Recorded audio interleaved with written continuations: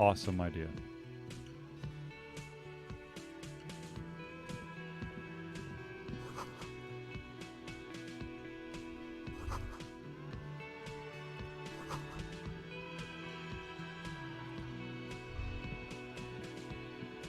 Let's see. What else we got?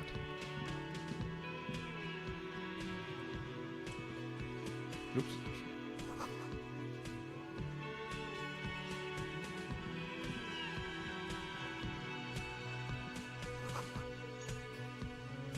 Damn, it's unplugged. Hello, sweetie. You shouldn't keep your colleague waiting. Huh. I have a colleague.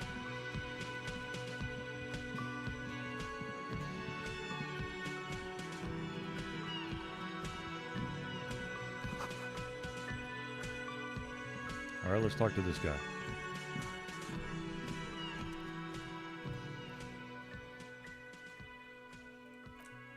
No, I'm not the bartender. I'm the cafeteria manager. I have 3 cafeterias to manage. 3.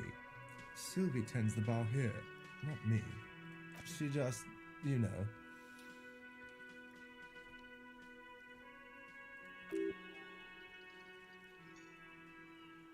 So now you're a cop? Forget it.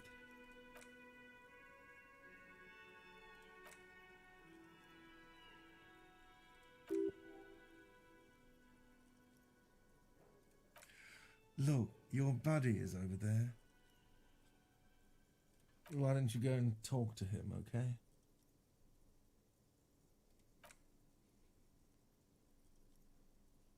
Mm-hmm.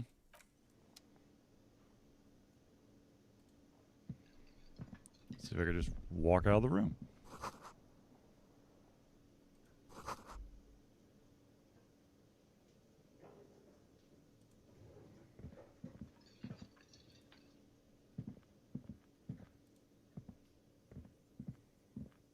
All right, Bomberjacker man, what do you got?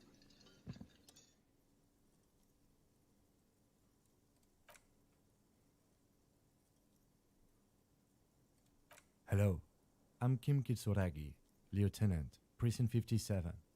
You must be from the 41st.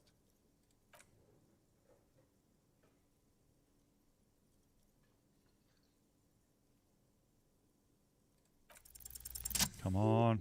Yes. Your name should be deep gold and orange like the forest fire looming on the horizon, but mixed with the stench of liquor rising from your breath. You're 2 steps closer to it, but there are still many to go. Is not my time yet. Okay then. It looks like we had a little scheduling error on Sunday. Saturday too, actually. Have you had time to talk to the manager here?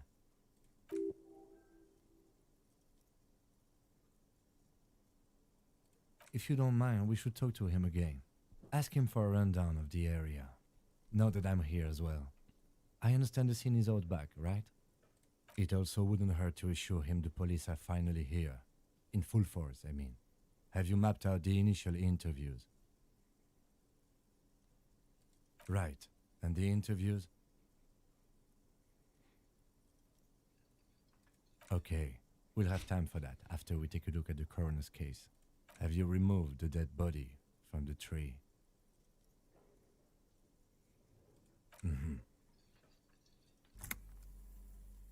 So the body is still in the tree? Sure. So obviously would have preferred for the body no longer to be in the tree. Where it has been hanging for 7 days straight. We should go there as soon as we are done talking to the owner.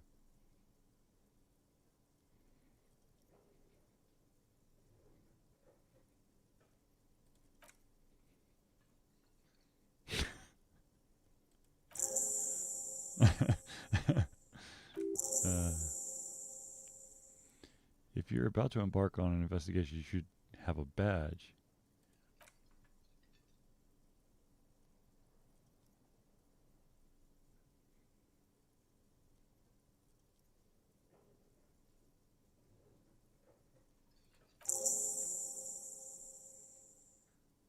My vehicle has a short wave. You can use it to report your badge missing.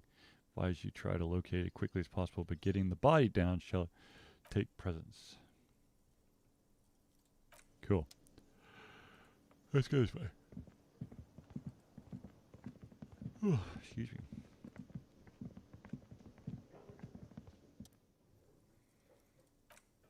Mr.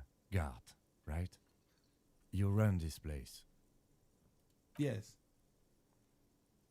I am Kim Kitsuragi from Precinct 57.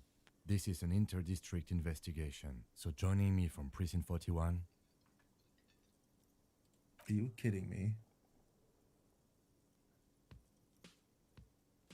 It's you. It's obviously you. You smell like liquor, and you're orange. Is this what you get when you call the police now? We've been waiting for a week here. Sir, I understand your concern, but we are here to do a job. And for us to do it, I need you to stay calm. Yes, of course. I know it took us a while to arrive at the scene, but it also took you a while to call us. It was you who placed the call, correct? No, I only just got here. It was probably Sylvie who called you. She usually works the bar here. I'm only temporarily taking over her duties. Do you have her number? As a matter of fact, I do. You said you just got here. From where? Are you a local? What? With Martinez? No, I live in Jamrock. I only sometimes come here to keep an eye on the place. This is just one of the many, many cafeterias I manage. Great. But you still know your way around, yes? In case we need directions. Yes, I know where some things are. But as I said, I don't live here. I just used to work here.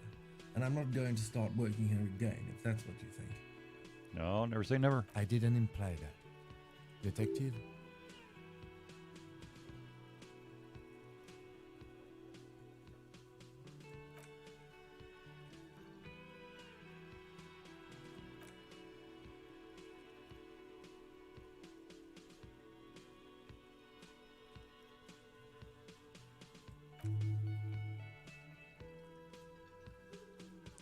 Away because of the dead body out back and because I asked for her number. I hope you appreciate that.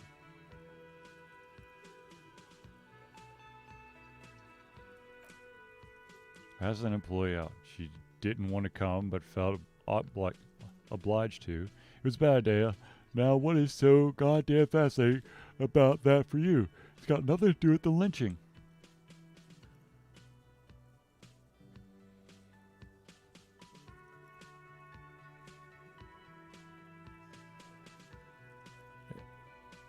Everything has something to do with everything. Good for you. Was there something else? Behind this building, there's a courtyard. They hoisted him up in the tree there. That's easy. See that door there? First, you exit through that. Then to your right, you should see a big hole in a fence. A really big one. You get to the courtyard through there. No need for keys. The hole is big enough for... Okay. I don't know.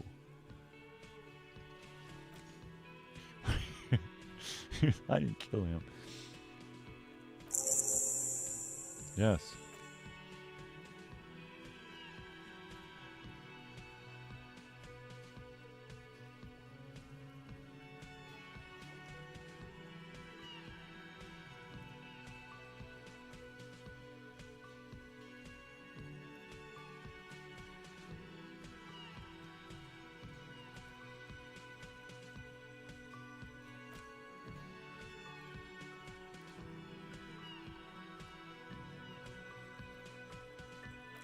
Ouch. Do not need to assert ourselves here. We only need instructions from him. This is the proprietor, remember? Sounds like extortion to me. You know, I get this all the time. Some hobo comes in here and some backpacking ass hole off the boat. The next day, when they can't make their fees, they get aggressive.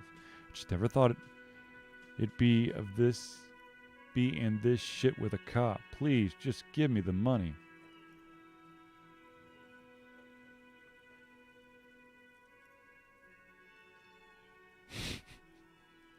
But what exactly is money? What are you, brain damaged? So I woke up, I'm having to remember even the most basic concept of reality. Money is what grown-up people use to pay for things. Things like this hostel room, or 8 bottles of potent blend and 9 packs of Royal Extra. Use it for everything, really.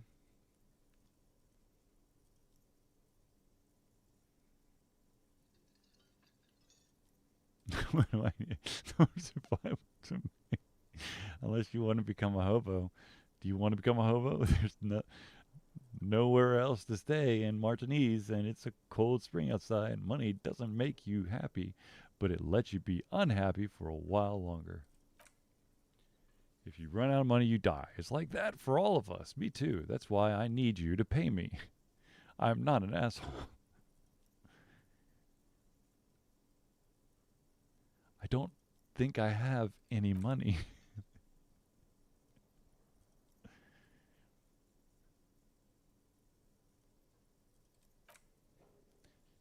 I'm sorry, but he has to pay. I can't let him stay here any longer if he doesn't. If he doesn't have the money by tonight, then... Sir, maybe you're better off working this from home for now. You live in Jamrock, right? It's not that far away.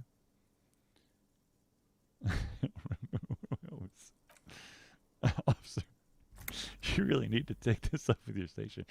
I have a shortwave radio in my car. Call them fast for assistance. We have to get this investigation started now. Good luck.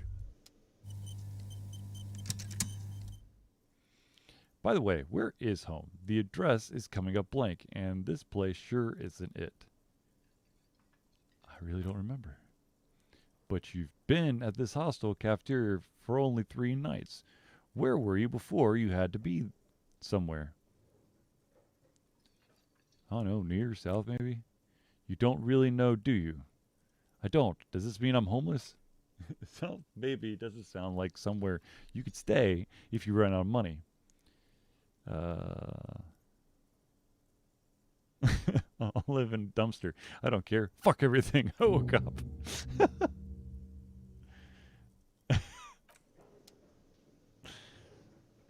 Oh God, did I get...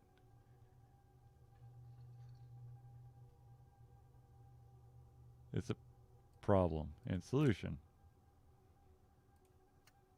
Great. I am now my hobo cop.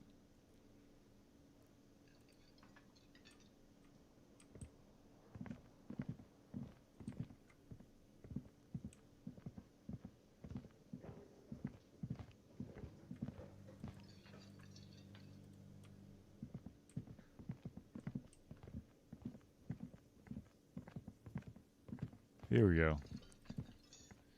I still gotta go find my shoe.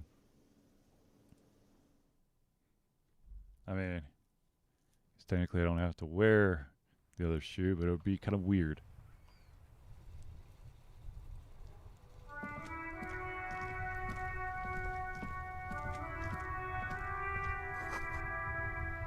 Fuck the police.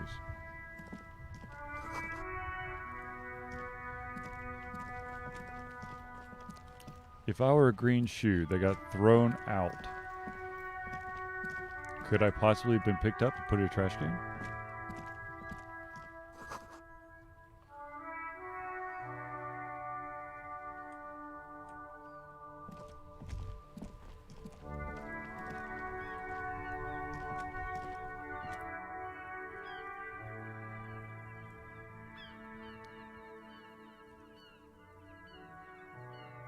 Fuck you, mail delivery box. Oh! Yeah. Ah, damn it. Oh, you're really...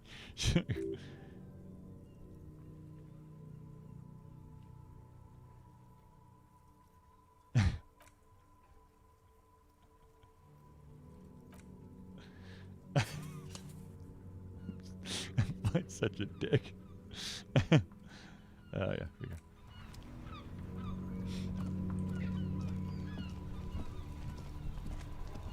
Wait, wait, wait.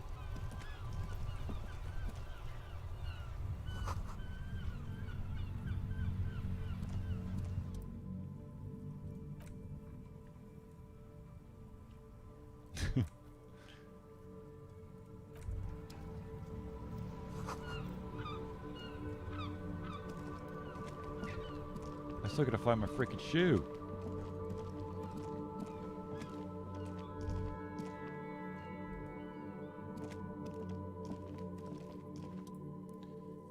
An old call box with a matrix of push buttons lists all the companies in East Delta Commerce Center.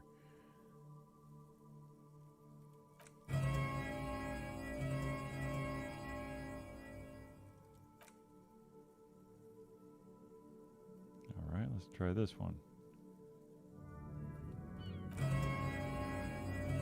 How about this one?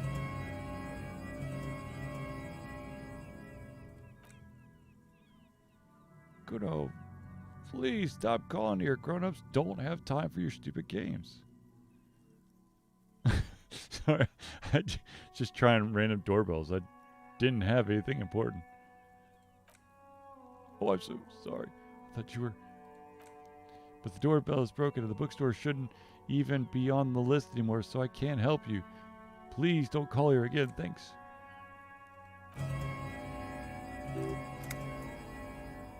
What an ominous name for a hair salon. Doesn't bode well for anyone's hair.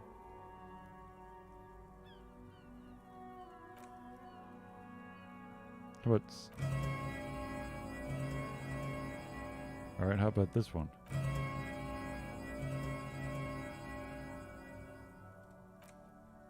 Yes, hello, this is Tri-Central Electronics.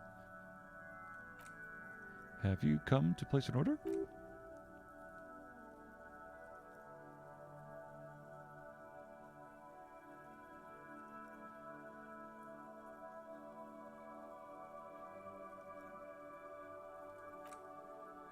My God.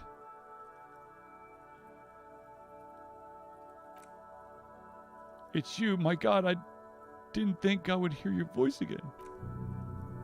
It's a woman, and she knows you. Your heart beats faster. Who cares that you don't remember her? Just go along.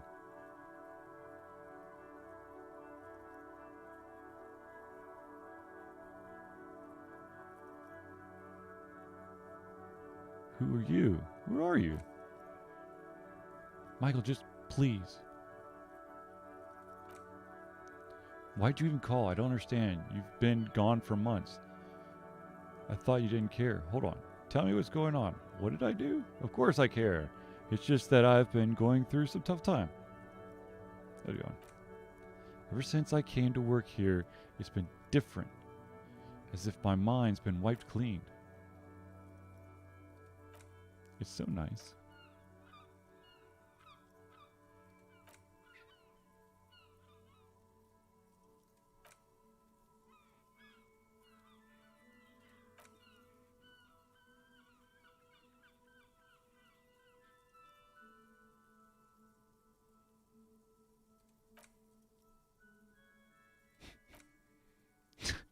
It must have been some kind of faulty wiring. We should maybe stop playing with the doorbell. Fuck!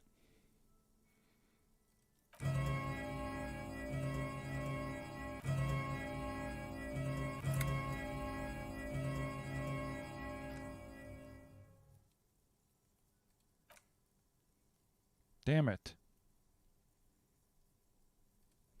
Well, I guess that's...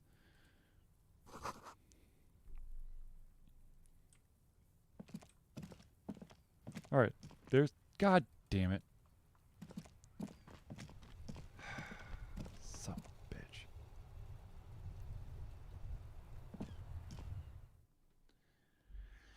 Here's my shoe up there.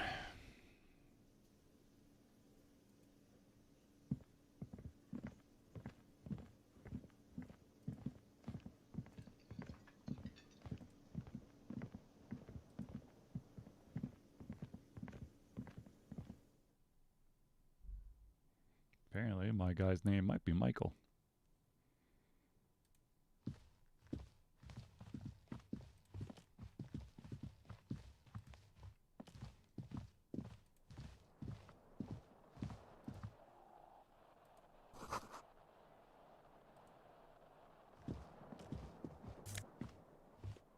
Yeah, take the money.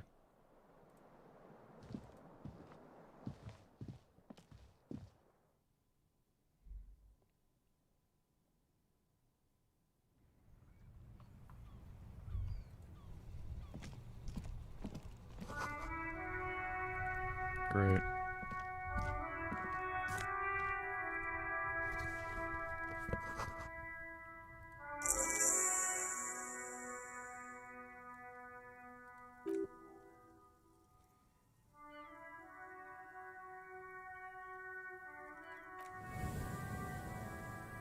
Good. They're balanced, comfy.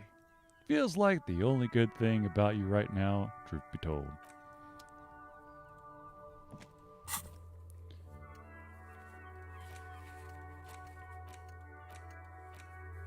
Uh-huh.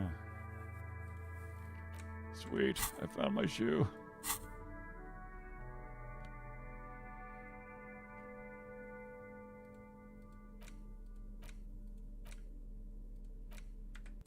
Let's do it.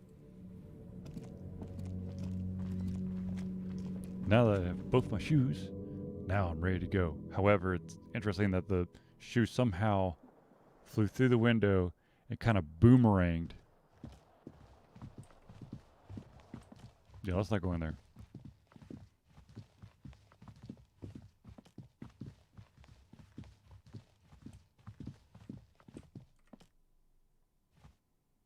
Hit the power and run? Just kidding.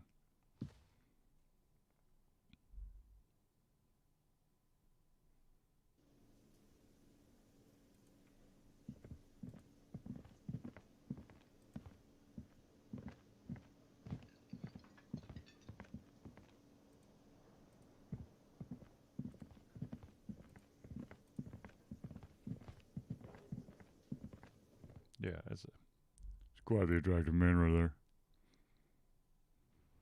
Sneak out after he goes to sleep. Good to know. Good to know.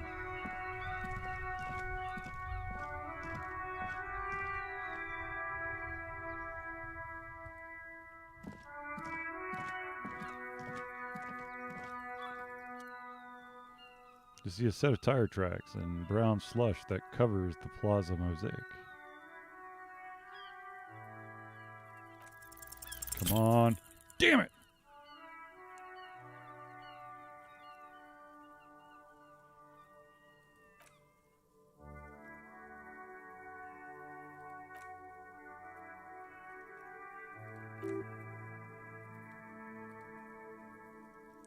Put skill points into visual calculus.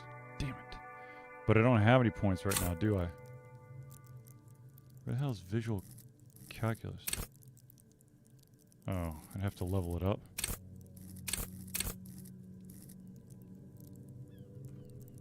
Damn it. Ah.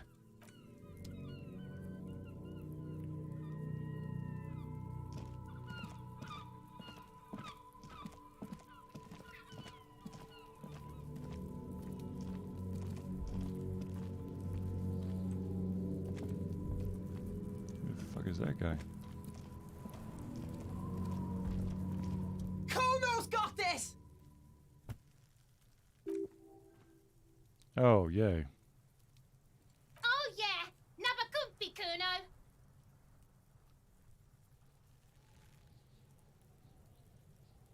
Can't talk, pig! She's coming up strong, throwing rocks!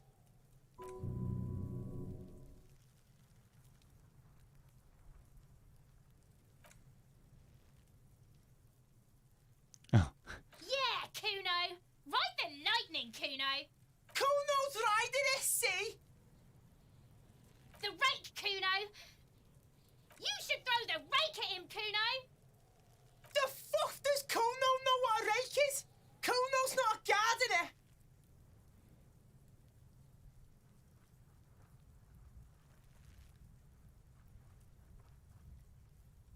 Alright, Ilse saying the Kuno, show me what you got.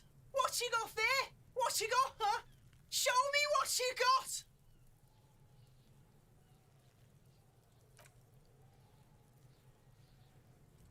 oh boy.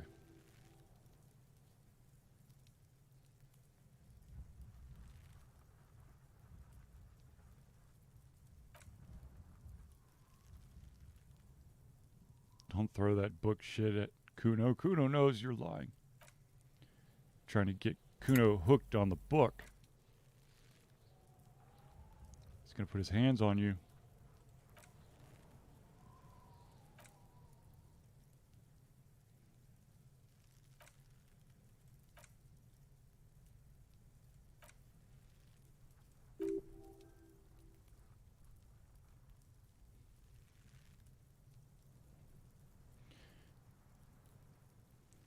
Okay, I could try.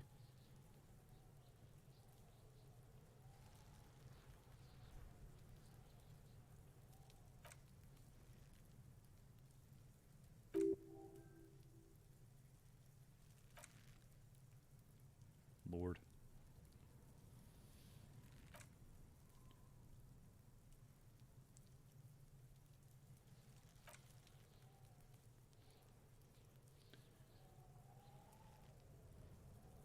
I'm going to hit the kid.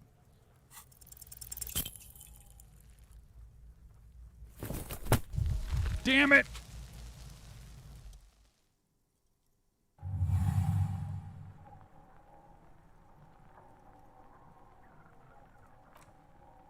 No, it's many years of combined self-neglect and self-abuse. Try to stay conscious. All you feel is pain and weakness. You have to surrender now. We all do. It gets so dark, you don't even see her face like you always thought you would. You only see pain and fear. Are you shitting me? I already died? Mother effer. Okay, I'm gonna create my own.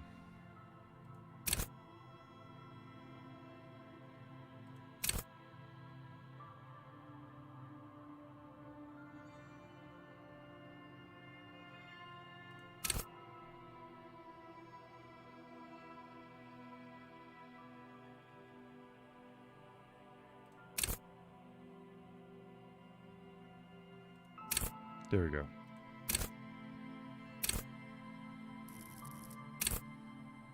Hold yourself up. Hold yourself together. Keep your morale up. Hunches and gut feelings. Dreams and waking life. Understand others. Work your mirror neurons. Intimidate the public. Assert yourself. Charm men and women. Play them at the puppet master.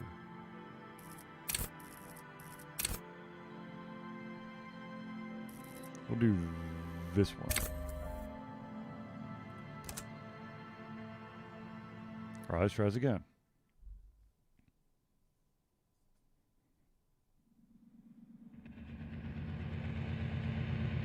Deep enough to drown. There is nothing. Only warm primordial blackness.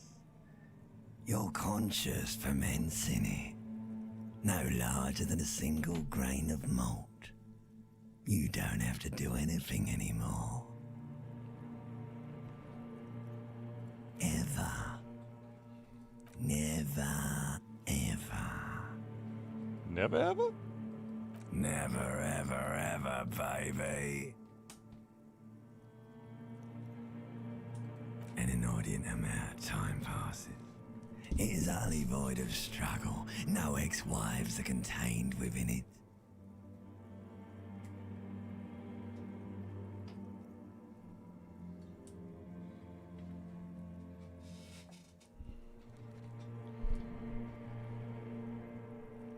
You got it, sweet brother. Nothing upon nothing upon nothing. Coming right up, sir. Smooth passage. Alright, nothing down to fuck all borough.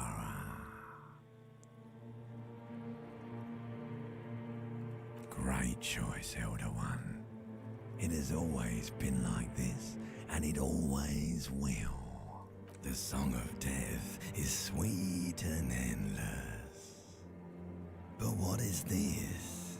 Somewhere in the sore, bloated man meat around you. A sensation. Like a fly to the ointment, your conscience sticks to it. The limbed and headed machine of pain and undignified suffering is firing up again.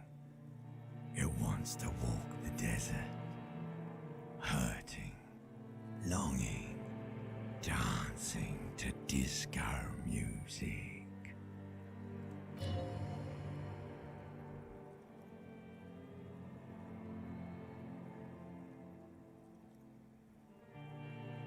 No, I'm not scared. I am champion. The stench of liquor rises from your mouth, and with it, an ungodly headache.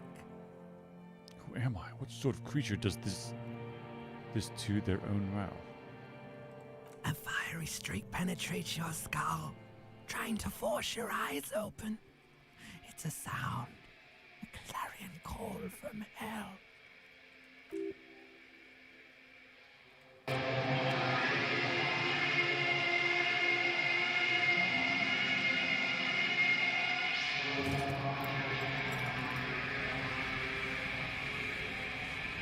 Yeah, that's that. Yeah.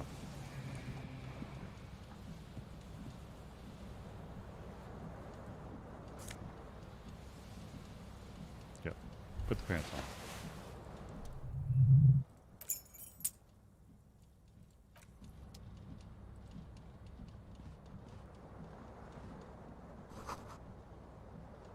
Mm-hmm.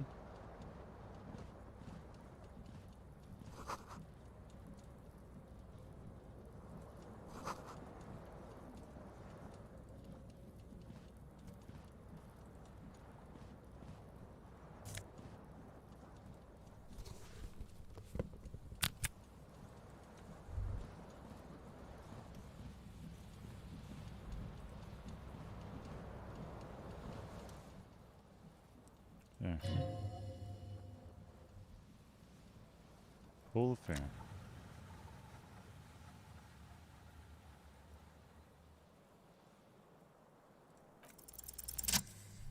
Yeah.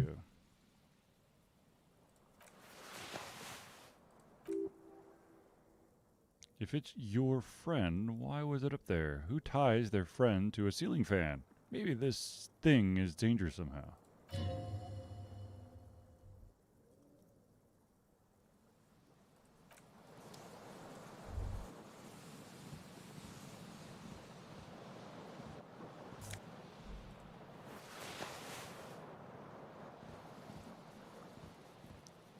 Man, I had such a rager last night. I don't even know what's going on, man.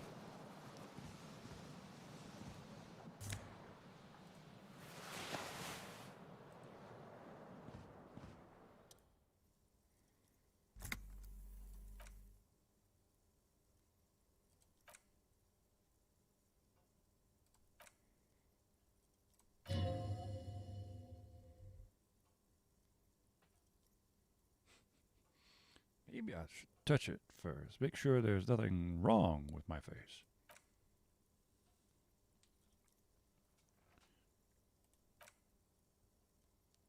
There's bloatus, there's swellotus. It's like there's an upholstery of alcohol underneath your skin.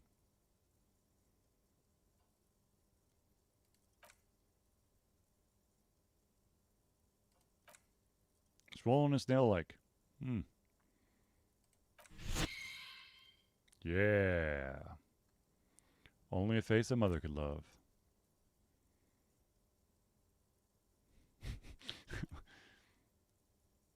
You have no idea who this thing is, do you? This is the face of a late-stage alcoholic. Dear Lord, help me. What is this? Of course I do. It's kind of some kind of superstar. I think I'm a superstar. Do with that. It appears you're also dead. There's clearly rigor mortis on your face. Oh, wait. Is that an expression? Are you trying to make an expression with that face? Why? I think it might be because I'm a superstar. Please stop. It's horrible. You're scaring yourself. No, this is what superstars do. You can't, can you? It's like, it's not even voluntary anymore. You could have worn that grin into your face and now it won't come off. What does it even mean? What is the emotion you're trying to convey? I'm insinuating that I'm vaguely sympathetic. I think I'm sort of pulling it off too, in a sad has-been kind of way. There is some charm to it. Or I think it's supposed to look suggestive. I'm afraid it's meant for the ladies. Oh, hell yeah. Please promise yourself you are not going to try it on any of the ladies, whatever happens. I promise.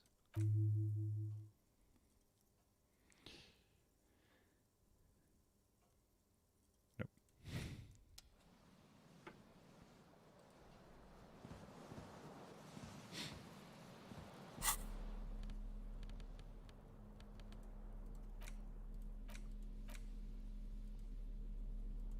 Ah.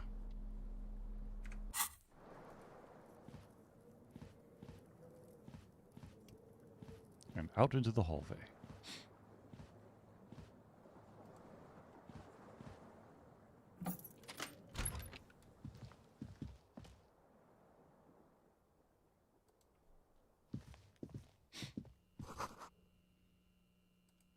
Hello, officer.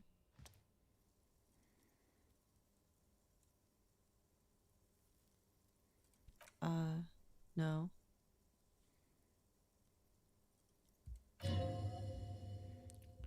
There's only one solution to this. You're a businessman. Wait, I know. I'm a businessman. Chief Executive Officer, right?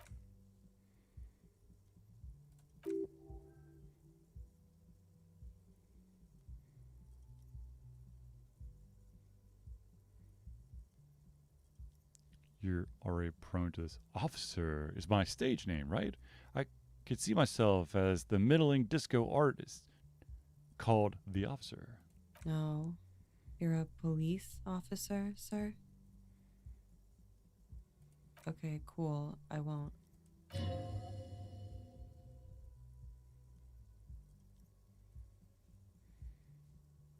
Okay. Sir, you've been here for 3 days. On official police business, as you put it. I couldn't say. In truth, so far, mostly drinking.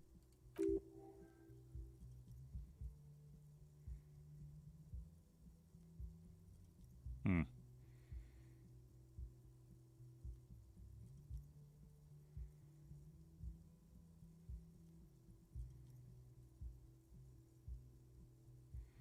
Why don't I remember being a cop or anything else? I might not know where I am or who I am or what a is how I know what one sounds like. Let's go for that one. But I do know when someone's not telling me the whole story. There's a mercenary out back. He's been hanged. The body has been there for a week now. The locals probably got tired of it and called the cops.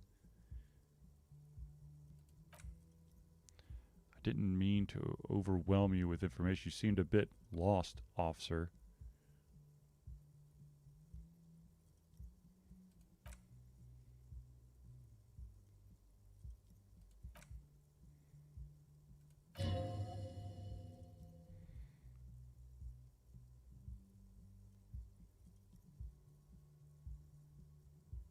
Oh, please.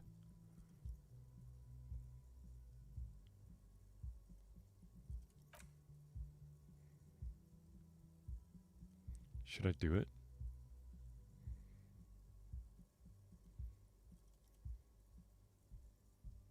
No. Of course. Be careful, officer. They don't like the police around here.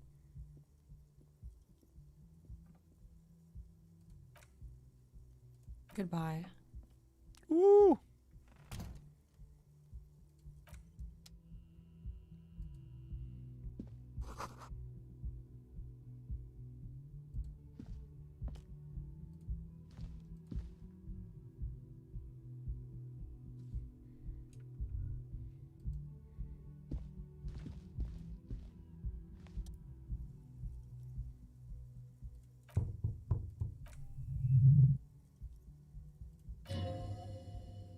Tremendous loneliness comes over you. Everybody in the world is doing something without you.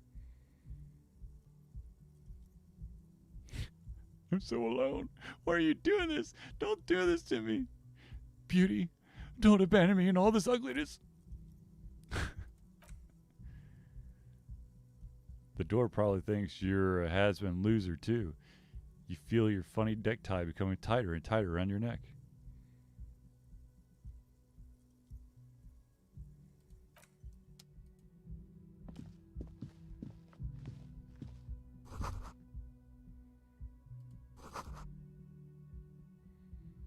Oh, wait.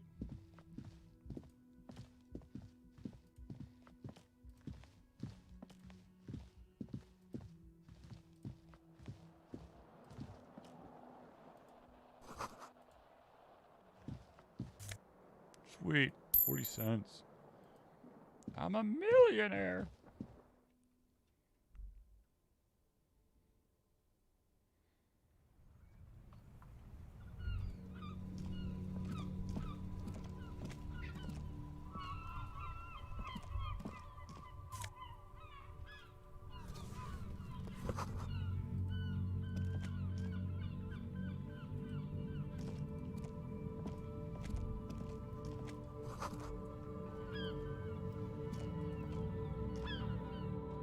Back inside you go, my friend.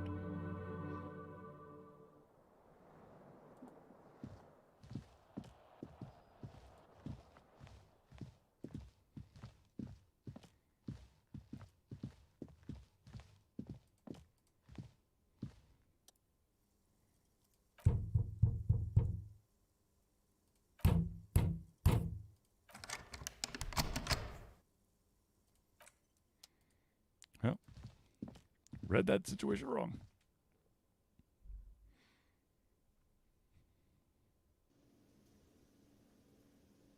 Who was? Oh shit! I missed. All right.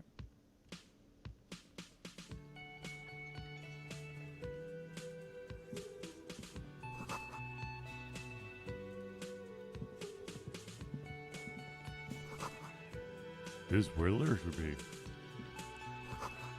Big old karaoke mic.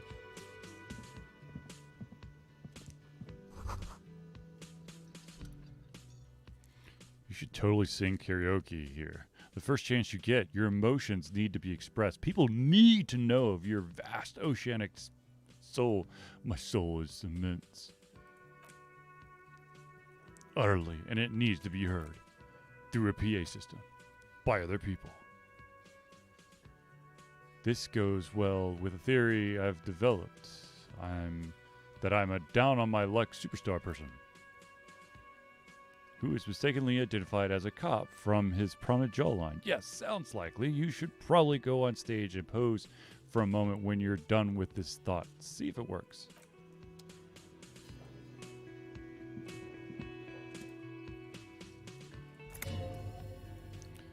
That was disdain in his eyes. Even now, he purposely ignored you. Looks like he's not a friend.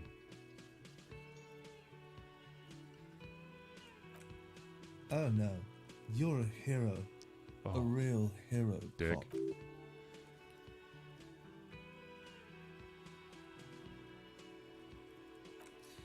Yes, you are.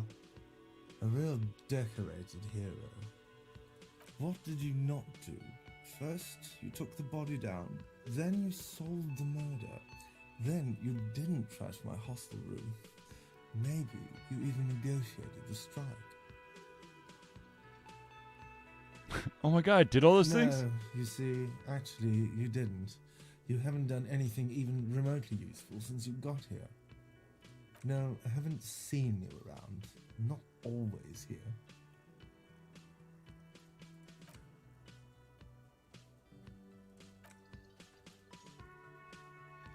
Looks like the bird was ripped off the shield that was used to mount it. Most likely on a wall.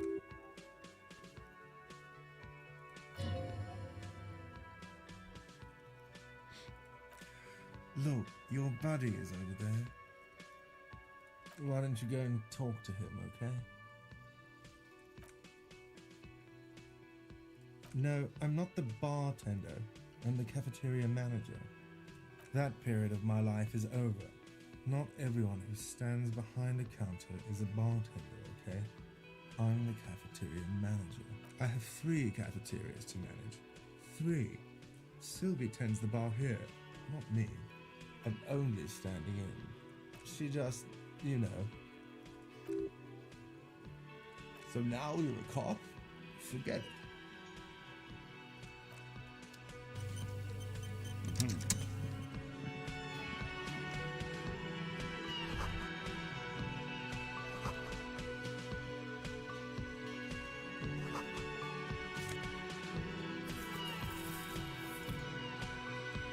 The hell did I just grab?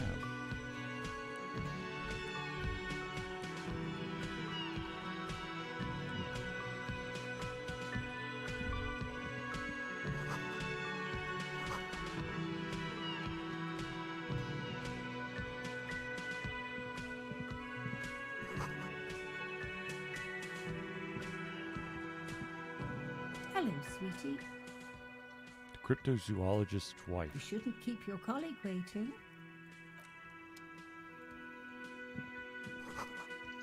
Damn it. Why is all the cool stuff always unplugged?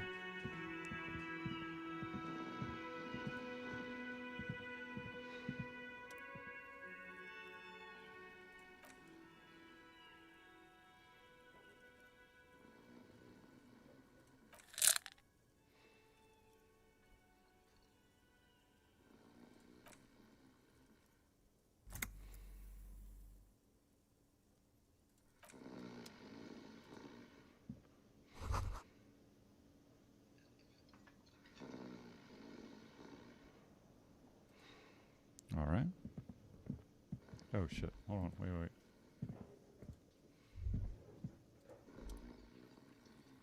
That sugary black rum stain on the counter makes you teary-eyed with joy. It's almost touching how syrupy and sticky it is. How long have you been up already? An hour? Sweet Lord, a whole hour, and you haven't thought about rum and lemonade in all that time? You're truly extinguished all trace of yourself. I've been secretly thinking about it all the time. There he is, the old boy, the devil, you rascal, you. Let's celebrate right now by licking that stain off the counter. Do it, it'll be wild. You lick it, but only a little. Only with the tip of your tongue, because you're a pleasure delayer. After 2 or 3 licks, the crust begins to melt and sweetness breaks loose. The sharp, titillating scent of alcohol rises to your nostril. It's dizzying.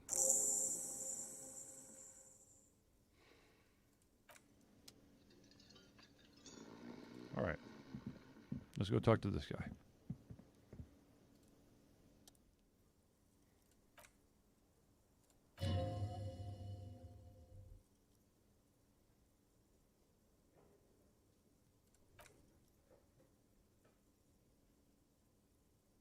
He's my half-brother?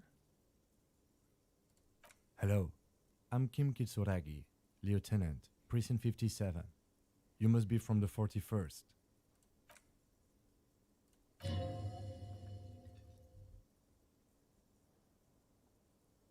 see if I can do it. Damn it!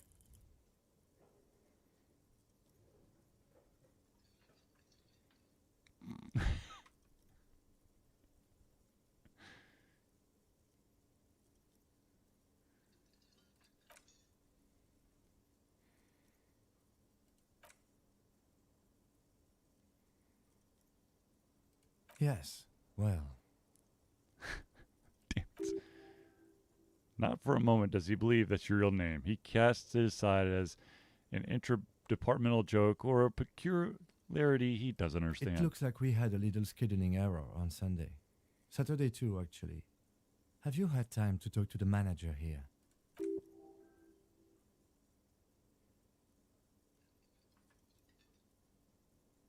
If you don't mind, we should talk to him again.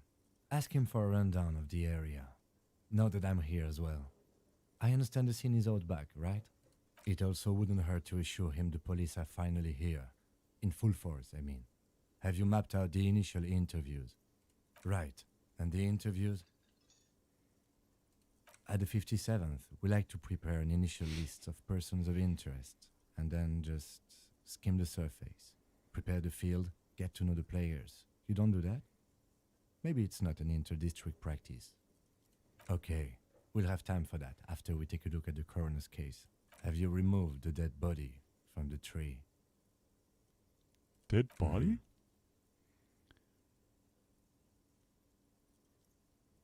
So the body is still in the tree. It's the first time you detect awareness in the lieutenant's voice. It is obvious he would have preferred for the body to no longer be in the tree. Where it has been hanging for 7 days straight. We should go there as soon as we are done talking to the owner.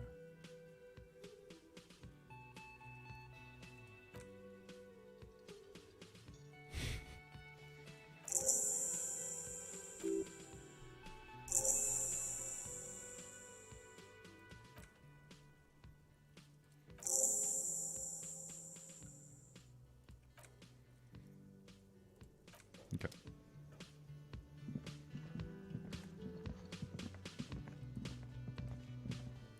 Let's see what the manager, bartender. Mr. Gart, right? You run this place. Yes.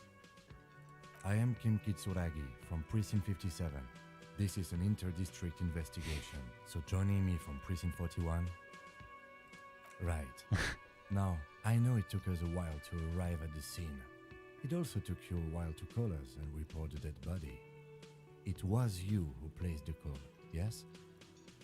No, I only just got here. It was probably Sylvie who called you.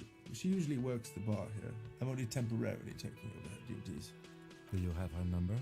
As a matter of fact, I do. Oh my. You said you just got here. From where? Are you a local? What? With Martinez? No, I live in Jamrock. I only sometimes come here to keep an eye on the place. Sometimes.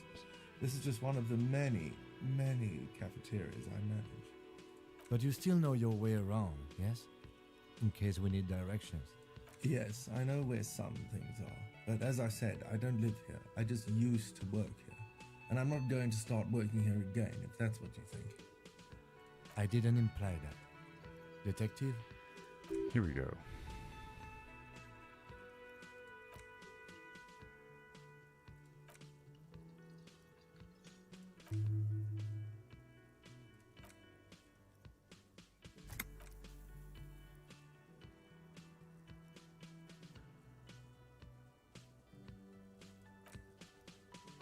Good for you.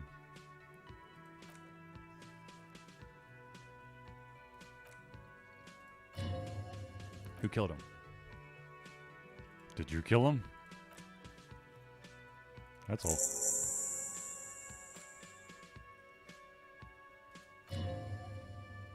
No one is saying the multi-pattern necktie you found tied to the ceiling fan can talk. No one. But it must merely be your imagination. But let's bail! Time to push the eject button. Sounds like a responsibility. You don't like this. Yeah, right. What's real? Oh, excuse me. You owe me 130 real.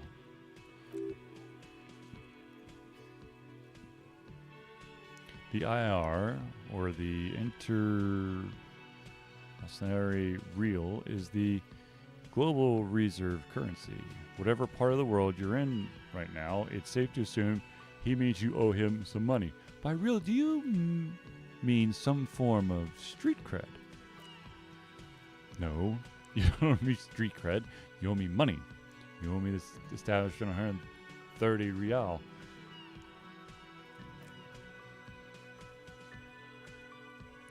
Who does that clown think he is? Arrest him! Does hear my Thai speak to me twice? No one is saying that. No one is saying the Thai could talk. That would be ludicrous. It's just that you should arrest him. It would be wiser.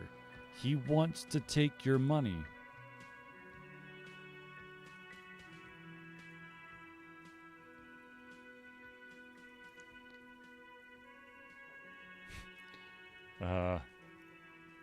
Great advice. If you don't have the money, it's okay. None of us are in for the wages. That's cop 4. I haven't offered to pay because I don't have any money either. What exactly is money?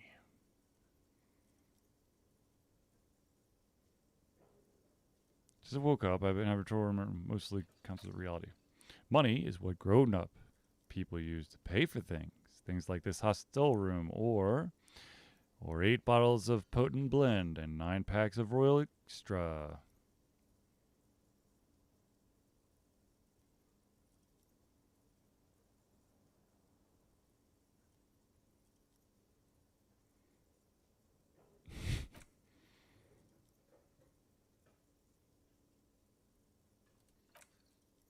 Resolution. I'm sorry, but he has to pay. I can't let him stay here any longer if he doesn't.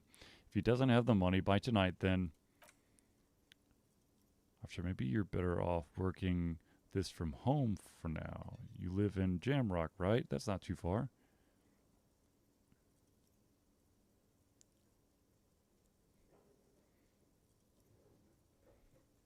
I don't remember where my home is. Officer, you really need to take this up with your station. I have a shortwave radio in my car. Call them, ask for assistance. We have to get this investigation going now.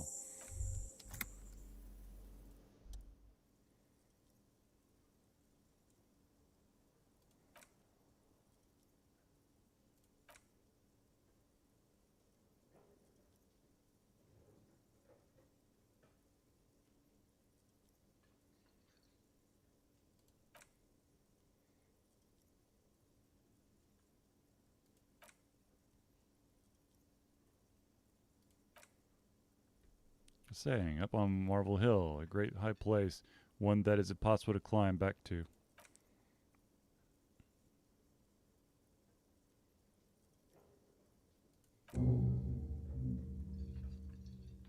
Oh, damn it. I wanted to go for Hobocop, but I actually accidentally went in this one. Damn it.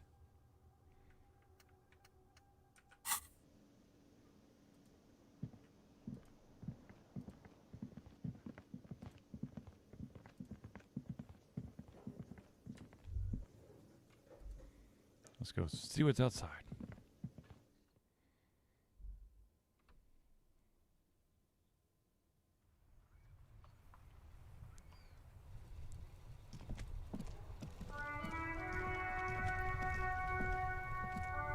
The RCM in Martinez? What can I help you with? Of course. What can I help you with?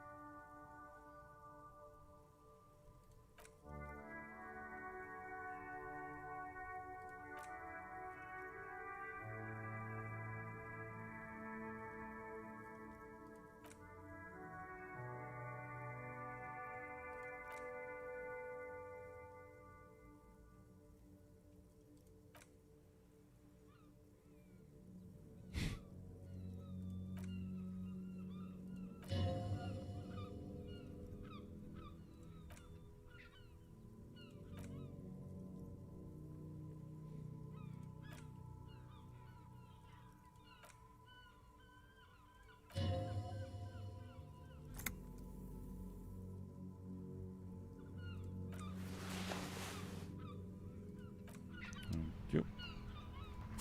So I'm wearing the gloves now?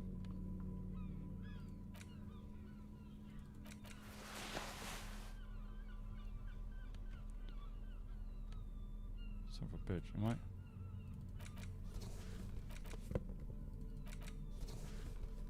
What the f...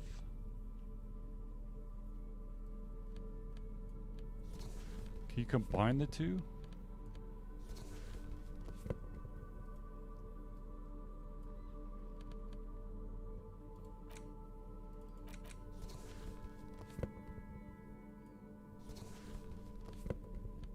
Okay, what the shit?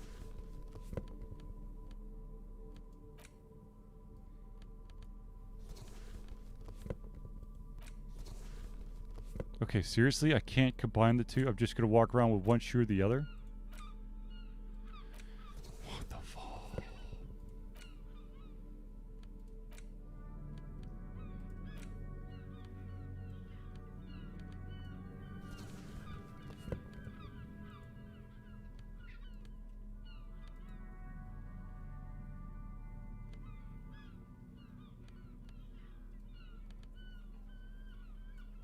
Can I put it? Screw it. This is so stupid. I don't know why I can't combine the two. Yep.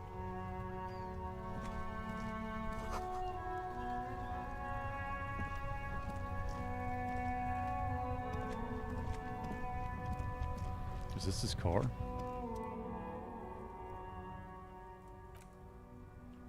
Yeah, it is.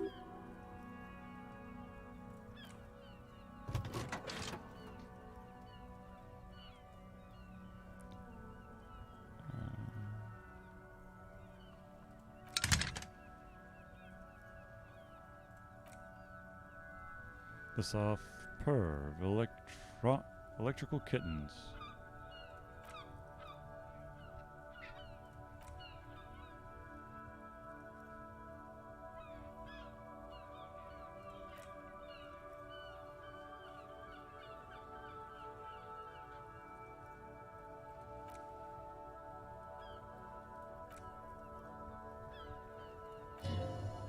Scrawny old man sits in the dusty cubicle smoking with large white rectangles sewn on his vest. In front of him is a box-shaped apparatus with an array of wires and antenna, the radio switchboard. The man uses relay code. You got this. You're a cop, and cops know relay codes.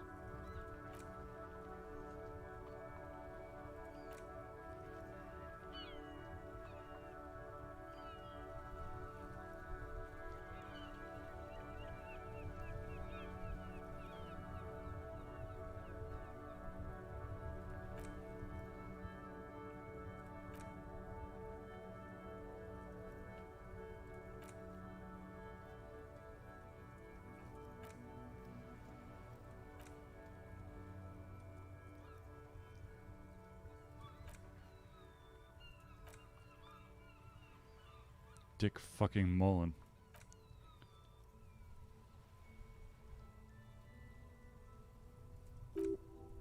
Dick Mullen is not your name. It's the name of a fictional detective who would not lose his badge. Defend yourself immediately. They're laughing at you.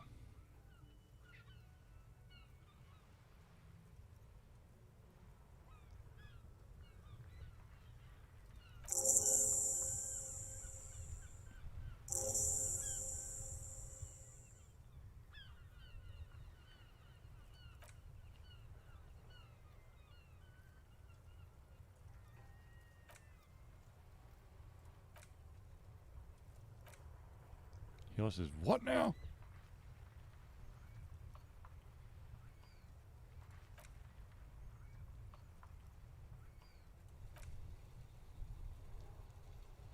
Captain Sober. Ask him if he lost his gun too.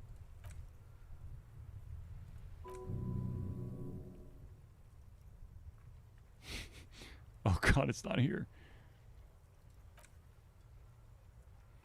Okay, it's gone. You guys mostly, definitely wrong. Don't sweat it, Broughton. You don't need a gun to have fun.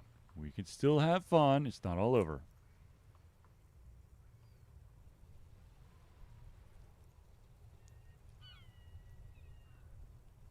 Fuck it. Let's do it. Lying over the phone? It's easy. Just say it like it's the truth, and then it becomes it. Thank God for that. That would have been a nightmare. I don't even want to imagine the poor prick who has to relay the kind of news to the captain. Lose his badge is bad enough. Tell him to find it, and fast. We can't have some gangbanger running around with it.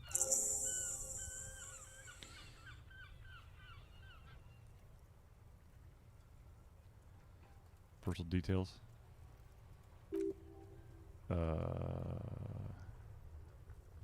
Wait, before you say anything stupid, think about it. Be smarter about this. Ask him if he's there alone.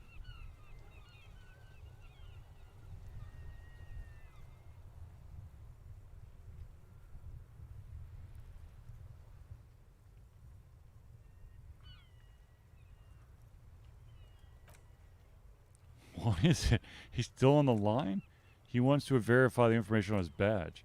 But of course, it says Dick Mullen, High General of Revoculan Cavalry Force. Tell him to stop wasting time.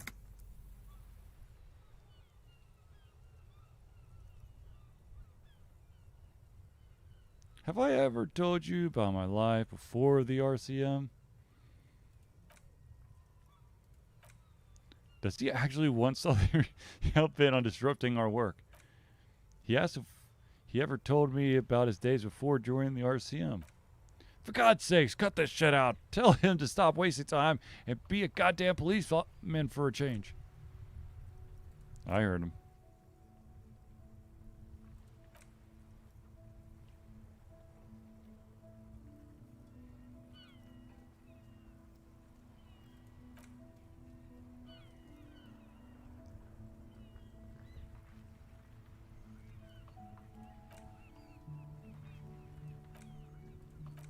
He's asking for money.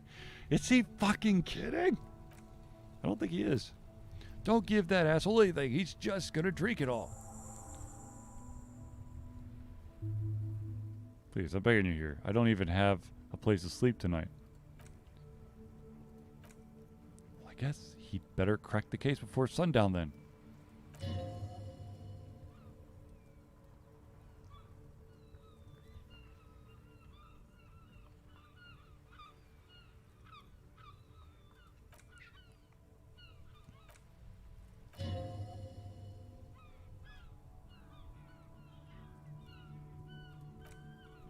Room is filled with cigarette smoke, abuzz with laughter when Officer Judette Minot enters. Her left arm as it bandages, her hair trimmed short.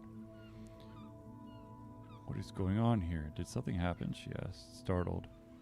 Says, what happened is my partner made contact, and it's not good. He's lost his badge. He seems confused, delirious even.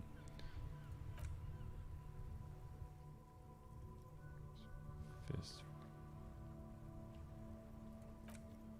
And Mullen was fucked alright. Sounded fucking drunk to me. Yeah, Mac's right. This was some gnarly shit there. I mean, before he started begging for money, it was enough. No, this is funny. It's fucking sad. That's what it is. He's a cop. He's one of us. God damn it. You must help him. Yeah? How do you fucking plan to do that, huh? Get him off the drink? Go jogging with him in the morning and get him on carrot juice? He's a lost man. There's no, we can't give up on him when he's at his weakest. He wouldn't. Mac, man the door. You know what he told me? I don't want to get better. I want to get worse. Those were his words. This shit does not leave this room. Not a word of this to the captain or anyone else. We'll give him a couple of days to pull his shit together. I guess I could hold off a report for a few days. Good. Okay, everybody. Nothing but a prank call here. We all got our laughs. Now get back to work.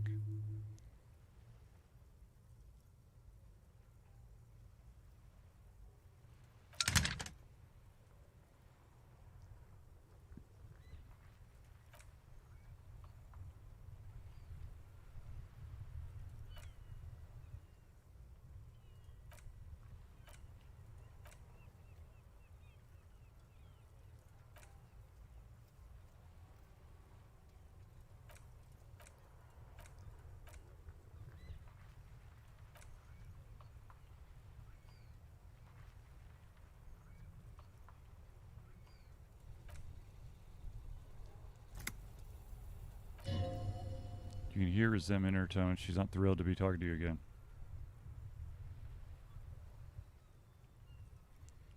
Was it you who called the police? But why didn't you call? Didn't a corpse behind your workplace bother you? You need to call. No, sorry, I don't.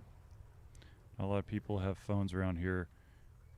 Copper thieves take the wires. People don't have the money to have the cables put in again.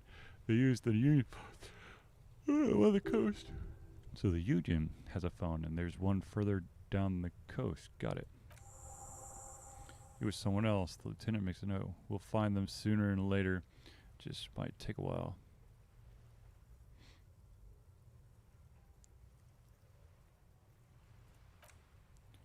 course it bothered me, but I thought the Union already knew about the corpse.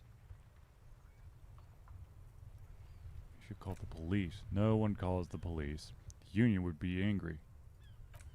You know, what the Union says goes. People listen to them and they take care of their own, which is like everyone here.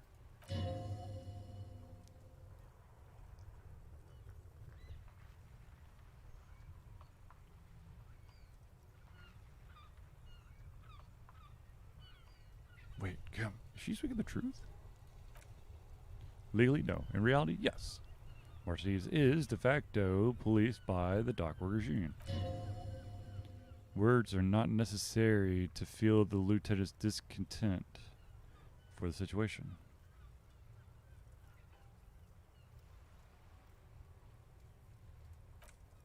I didn't want to get in trouble with the others.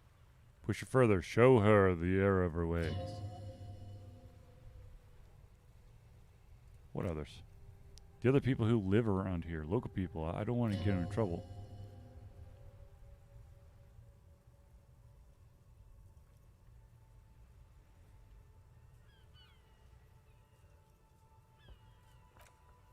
You don't live here. You don't understand. Squealing is frowned upon here. Everything is dealt with, well, by the Union internally. I just don't want any trouble.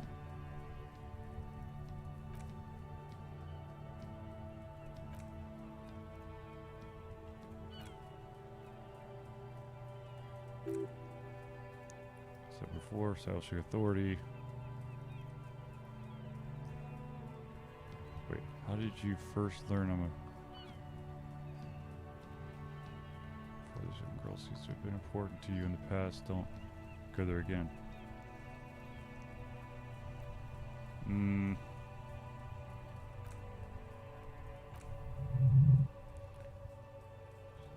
by the way, where's yours?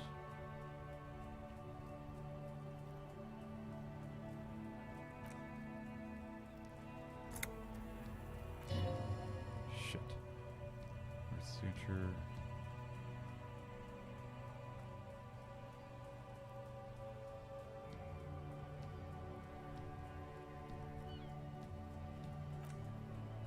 Why did I leave the bar? See, I'm not really comfortable discussing with you, sir.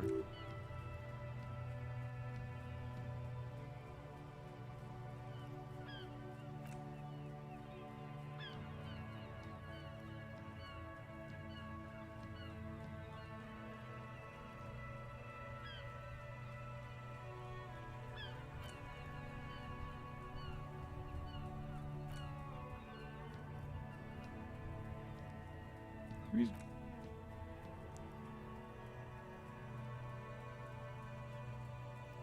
Have you seen my gun?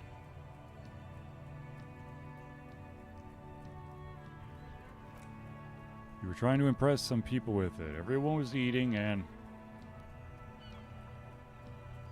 What did I do?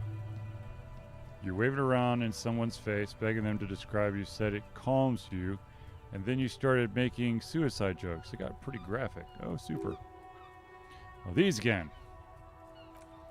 You know, when you put your actual gun, on your temple and pretend to shoot your brains out. Off of that. People don't like that. I remember this. You were screaming things like, my brains are all over the walls, painting them red. I won't be seeing it because these are my brains. I can't see without my brains. Some poor sod was trying to eat his pudding while you were screaming, spit flying, imitating the mercy shot right next to him, spat some in his food. I don't think he touched it after.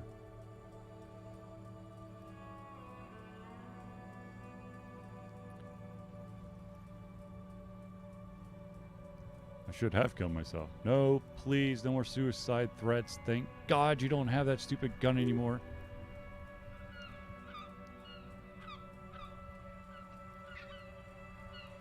There are way more inventive ways than a gun to leave this world.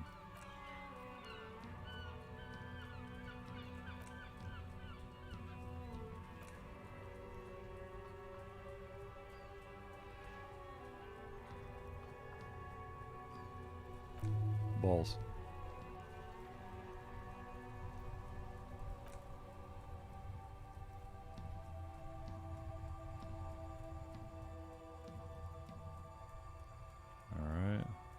go. Yes.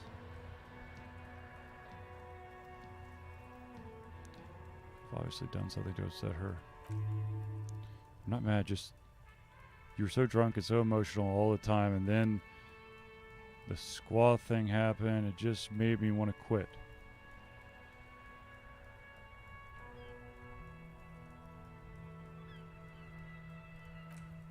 The stuffed bird, the great squaw, you threw it against the wall while screaming, "Fuck that bird!" and laughing like a maniac.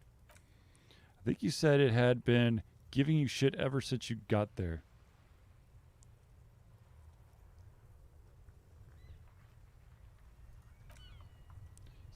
Pretty bird. There since I started working in Whirling. I really liked her. We called her Scotty. There's genuine sadness in her voice. Yes, obviously, you were the worst client I've ever had, and I have seen so many assholes in this place.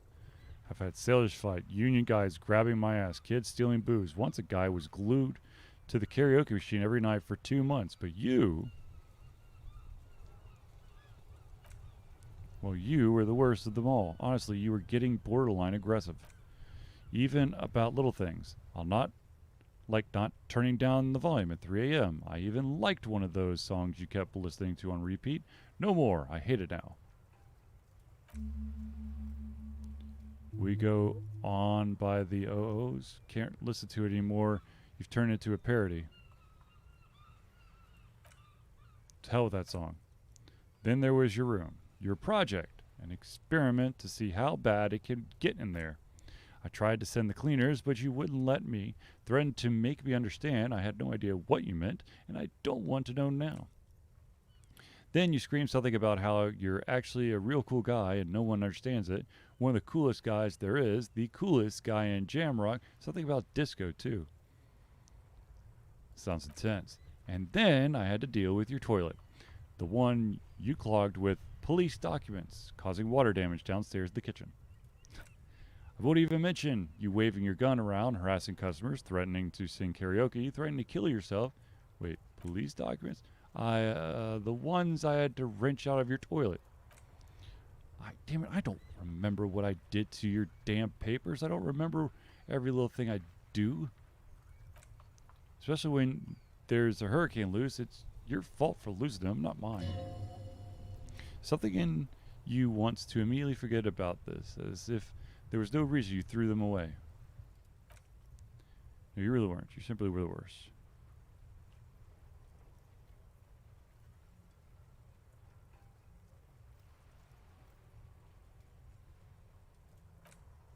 God, I knew I shouldn't have brought it up. Just try not to call me again. Let's pretend it never happened.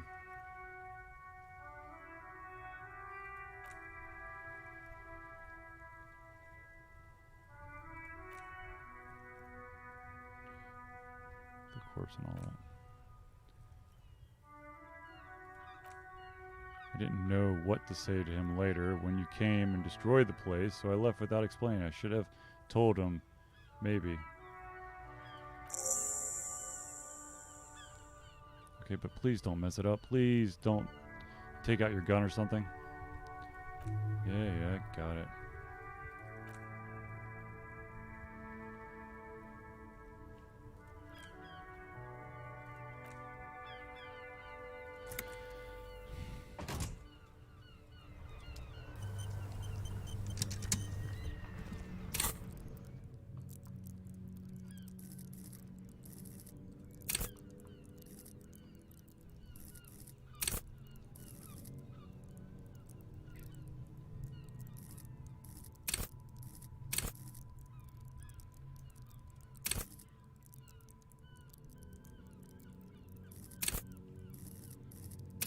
Where's the one else?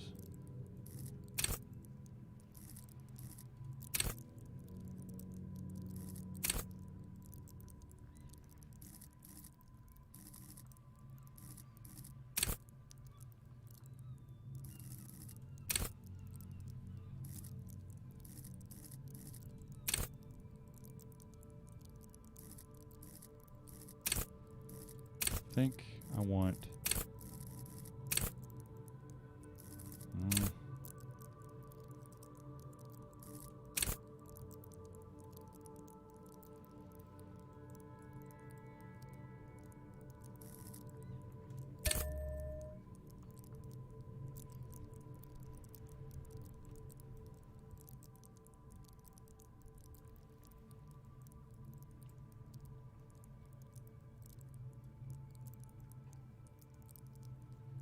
No, looks like it. Fuck, I don't know. Could be the right stuff, could be the wrong stuff.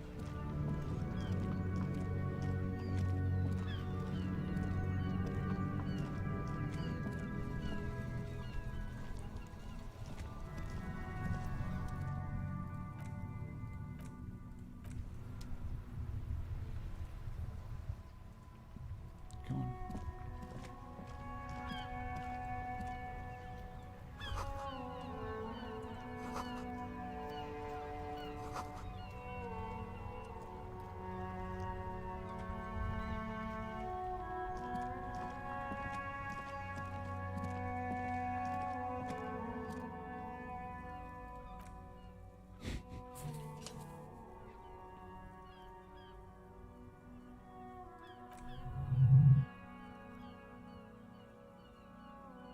Eat shit, pig. Fuck by the coon.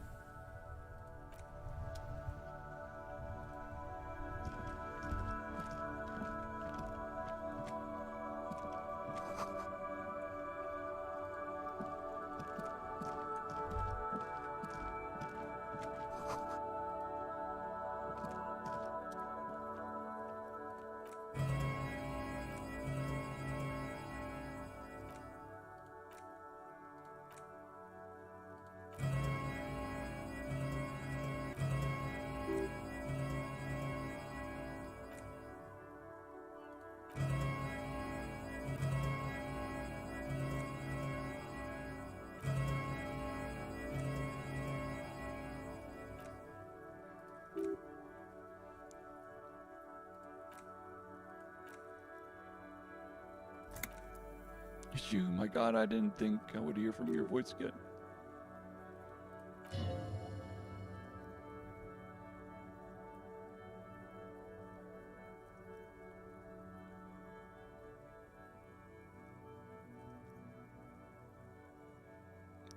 Do we know each other? Michael, just please. Why'd you even call? I don't understand. You've been gone for months. I thought you didn't care.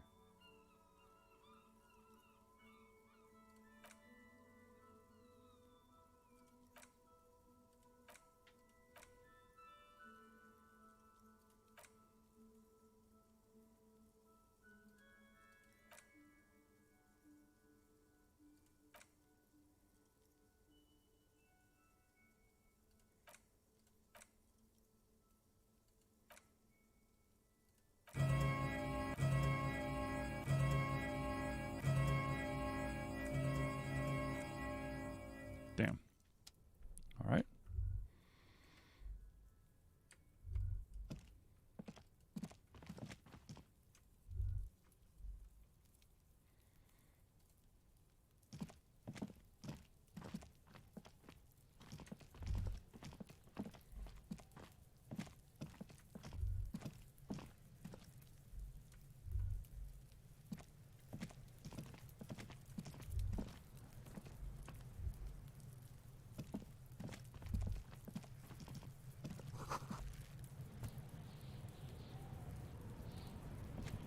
Kuno's got this! This is it. He's almost exquisite in his ugliness, like a gremlin. Oh yeah, never could be Kuno. Can't talk, pig! She's coming up strong, throwing rocks! Kids on drugs. Yeah, Kuno. Ride the lightning, Kuno. Kuno's riding it, see? The rake, Kuno. You should throw the rake at him, Kuno. The fuck does Kuno know what a rake is? Kuno's not guarding it! We shouldn't do anything. I don't tempt such forces. You will see. The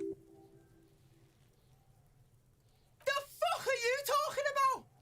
He's calling us f***s, Kuno. He says we're fucking each other. Alright, entertain the Kuno. Show me what you got. What you got there? What you got, huh? Show me what you got!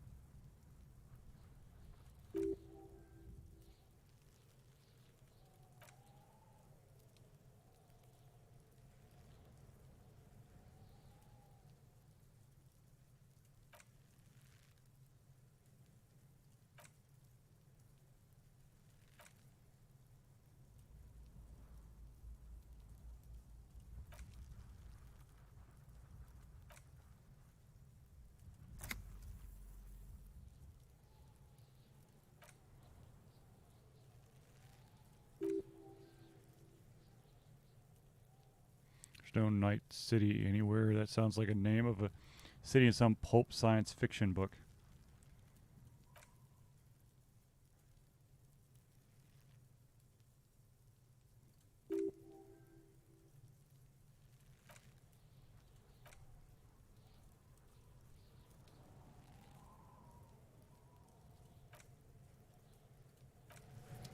Right.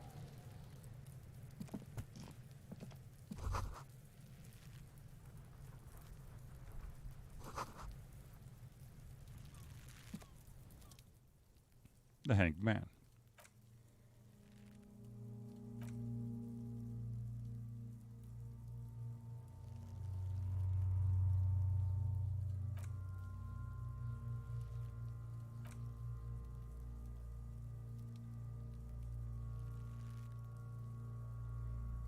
There you go, have it.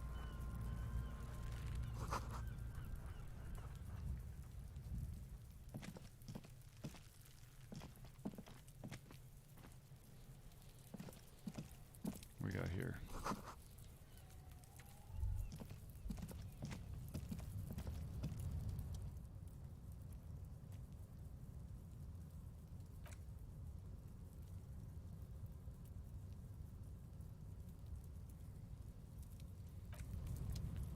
I don't think I'm not. Damn it. Just kind of hoping. Oh, wait.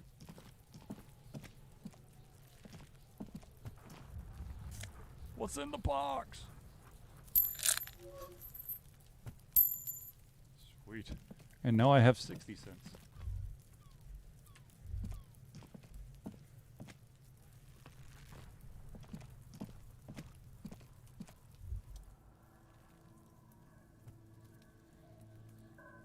There are several footprints in the mud left by work boots. Anywhere from 6 to 12 pairs were worked here. Okay, let's try this. More than 12. No, 8 pairs of boots have shuffled back and forth in the mud. Standard work boot, steel, reinforced toe, number 46. Standard work boot, steel, reinforced toe, number 44. Hobnailed work boot, steel, reinforced toes, number 43. Standard work boot, number 45 or 46. Wait, which is it? You don't know. It's a miracle you could tell the prints apart as it is. The cold must have preserved them. Number 5, another standard work boot, steel reinforced toes, number 44. An aberration, light as air, even pace, some make of boot, but number 41. Impossible to tell. Could also have been an adolescent. The gait is undeveloped. You're not bad. It's as if the whole world darkens. Everything else has a thin film of unimportance on it, and the tracks burn in the middle of it in a strangely beautiful way. Number 7, glowing outline of a standard work boot, number 46, but the imprints are twice as deep as the others. The weight exceeds 200 kilograms. And yet another standard work boot, number 44, there's an aberration in the pattern of the sole. However, the right sole is smoother, more worn. How many?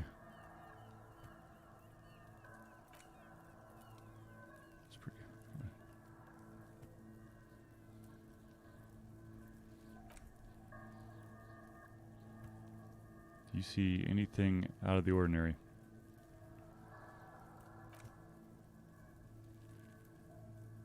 Don't think there's a way to be sure. Could be combined weight of 2 people, one carrying the other who's tied up. Let's say the heavy. Ooh. Of living weight is unlikely. No, one of them was carrying him over. But why?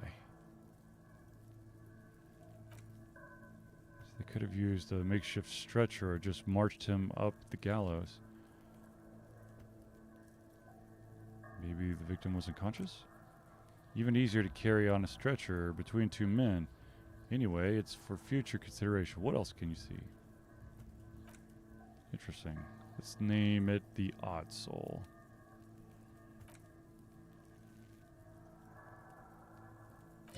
Hmm?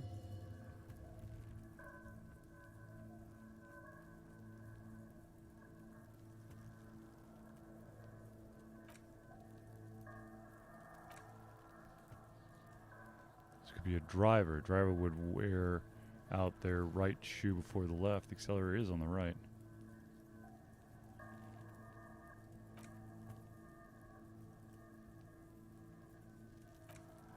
We should keep our eyes open after the traffic jam, see whether anyone strikes out as a potential suspect. Seems prudent, no?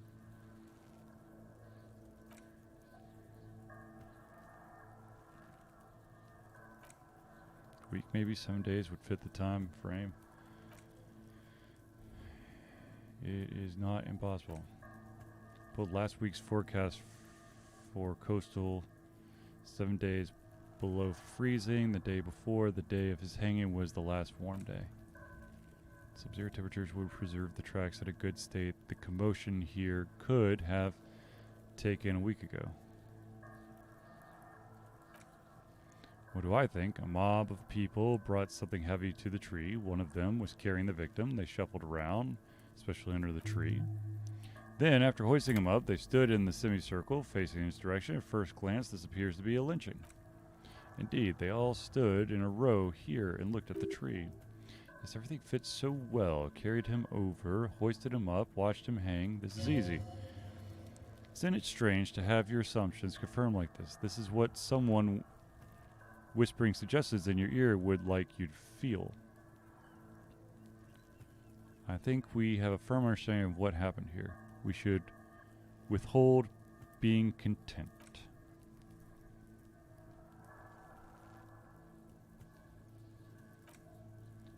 Withholding being content? What are you, mild to moderately disabled? What? That doesn't feel like something you should do. Live a little. Everything's on the goddamn crime scene. Fits like a glove. You should get shit-faced on this goddamn crime scene. Like how vivid my interior is, but could we maybe do something that doesn't involve getting drunk? I'll find a way to get drunk on this scene. I swear to God I will. This is not how vivid I want my inner life to be. I just want to go back to solving the crime now. Regarde le retard. He wants to have fun without alcohol. That won't be fun. That'll be boring and sad. Detective?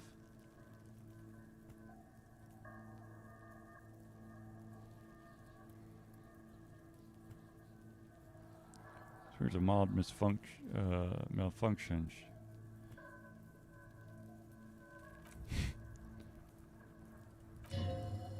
Lieutenant doesn't understand what's happening right now. You're twisting at your tie, looking sweaty even by your standards. He needs to say something.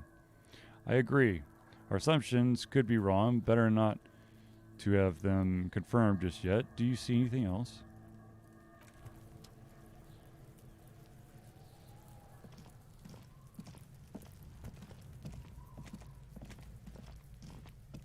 Kuno, the pig's getting pretty close to me. Looks like it's time for me to go, Kuno. Pig's come to take me in. I'm going away for a long, long time, Kuno. Going away for life. What's going on there? Fuck are you trying to pull, pig?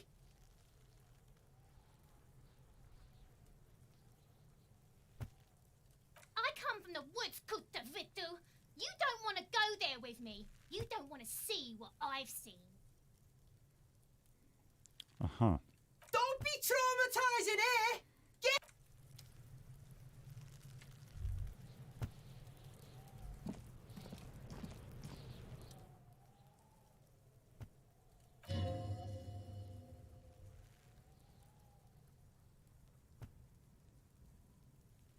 Why am I looking at you, trash container? You're just a trash container.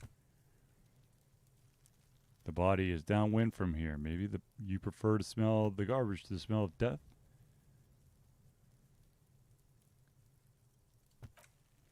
Trash, food waste from the cafeteria. They like these containers to keep the derelicts from rolling in. Because I feel like there's something in there. It's just a hunch. Maybe someone threw something in there. How do we get the lock open?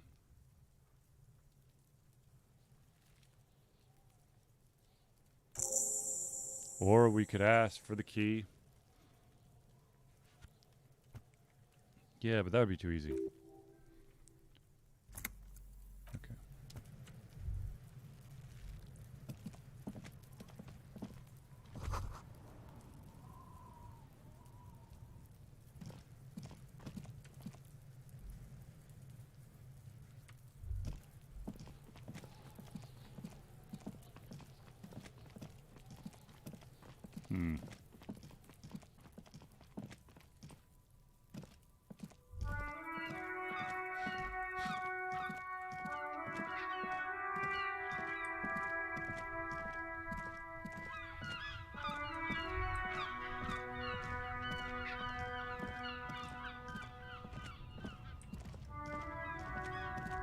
I am a gander and a hunter and a gatherer. Feel like a traveler from another planet. Hey there. It's the jam, my man. It's a traffic jam for the ages. Harbor gates of the street are shut tight. No explanation given. Workers on strike, scabs agitating, an all-around clusterfuck. Nice. Meanwhile, we're all stuck here in long-haul limbo for days upon days upon days upon days. Feels near forever. Like I was born on this here roundabout and this was all I ever knew. Just me and the metal and the tires, the oil and the fumes of mazout. Yeah, imagine. It's been a whole week already. So tell me, what do you need?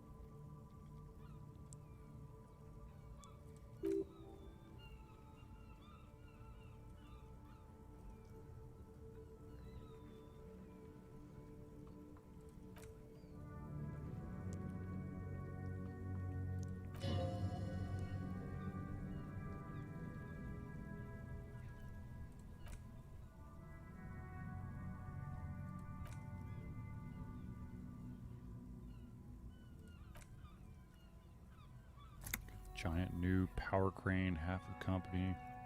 Dang. Company rep it down to like a strike negotiator type.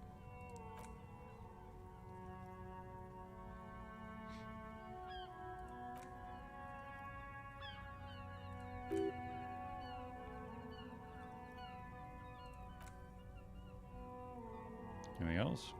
Well, this ain't really my area of expertise. I just do my job and get paid.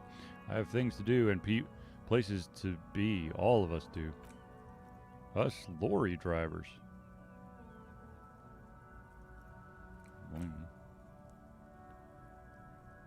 No.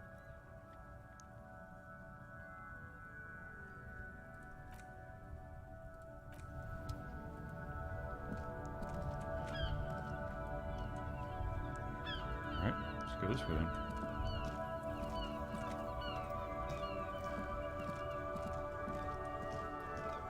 Wait. Oops, shit, I hit the wrong button there.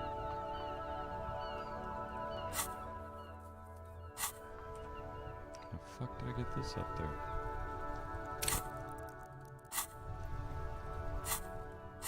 There we go.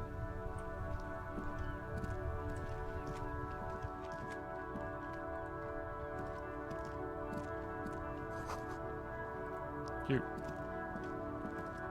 I can feel the awesomeness of life.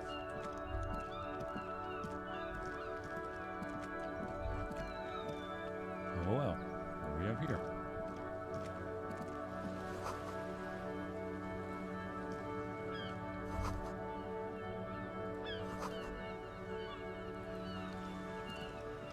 Hello, sir. Step right in. The store is open. Are you interested in a new and exciting book? Okay, sir. I'll try to answer any questions you have. I hope they're about books.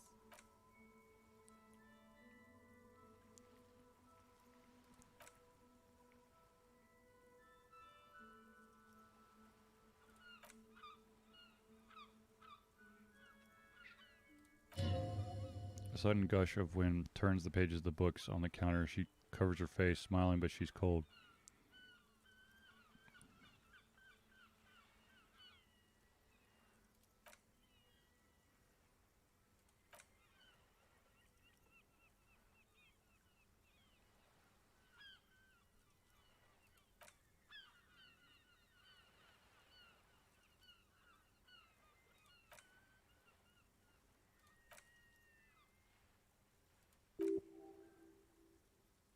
Seems like most people who read those books fail to get more famous from reading them.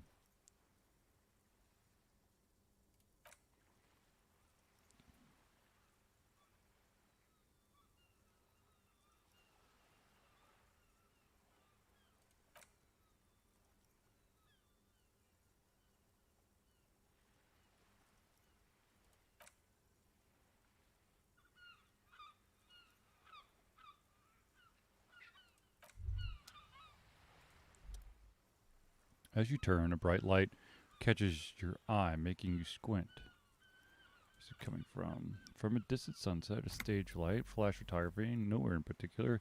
It's just what superstar law officers do. They squint at lights and they solve shit. Now that I hear superstar and law officer in the sentence, they sound weird together. Yeah, that's me. I've been establishing my superstardom hard lately. Yeah, you have. You're a big dick cop, Dick Mullen. Salam, Rocky,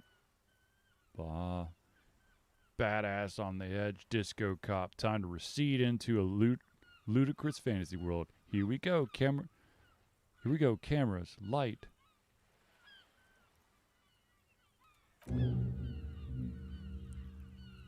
With a sudden flash, the world freezes around you, and you along with it.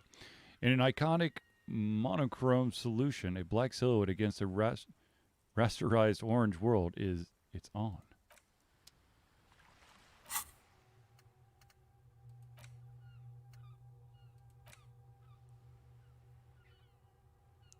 Okay, but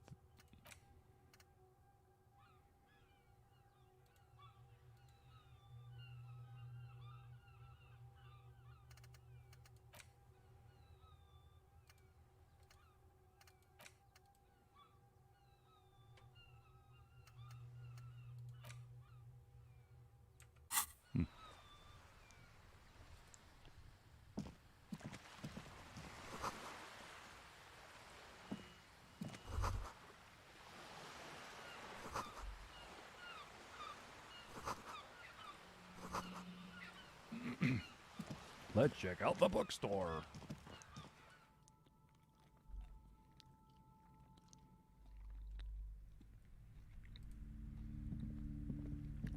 Welcome to Crime, Romance, and Biographies of Famous People. My name is Plaisance. Be welcome, and please take responsibility for the energy you bring into this space. I am the proudest owner of our little shop of culture.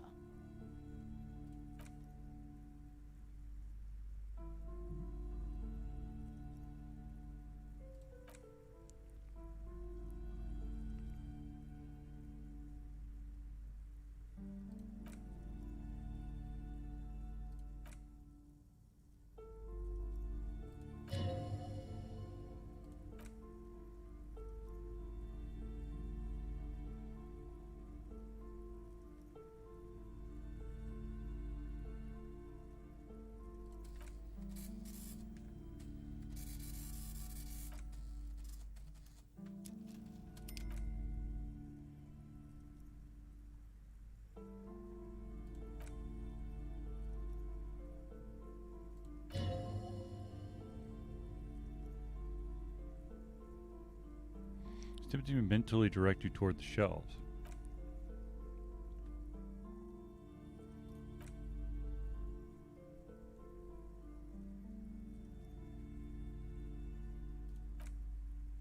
It's available if you just know where to look, and you have to open and free your mind to understand. She nods at you cryptically.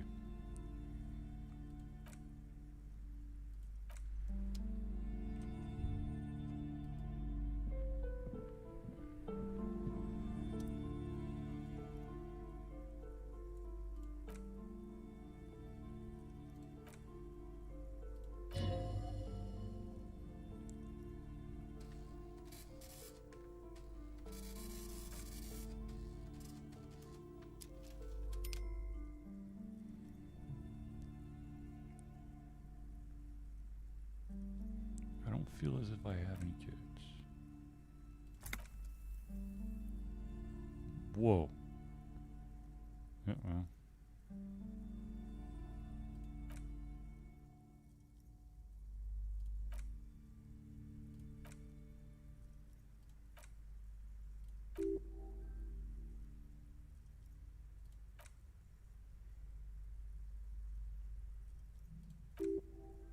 Holy crap. Yeah, I've gotten like no money, so that shit ain't gonna happen.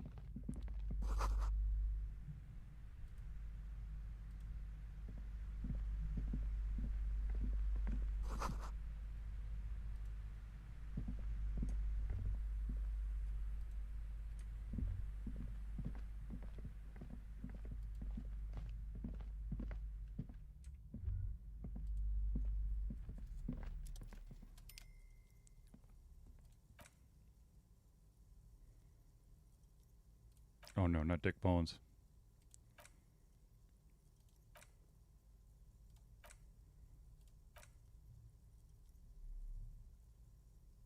Not a single mention of all stress work creates upon officer's family.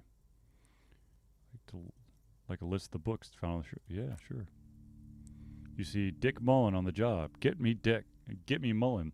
The stalwart adventures of Richard P. Mullen. Dick Mullen and the murder in the orchard. The sordid affair of Dick Mullen. A killing is declared. Dick Mullen in the murder house. The final case of Dick Mullen. An obvious lie. Dick Mullen in the clock tower. The ordeals of Dick Mullen. Dauntless Dick. Dick Mullen's funeral pyre. The murder of Dick Mullen. Are there any more? The dame who did it. Farewell to my Mullen. The morbid tale of Dick Mullen. A dark tide turns. Tragedy calls for Dick Mullen. And of course, Dick Mullen, the murderer.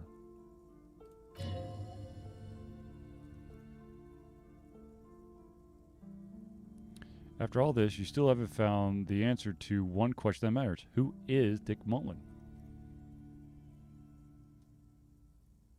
Go.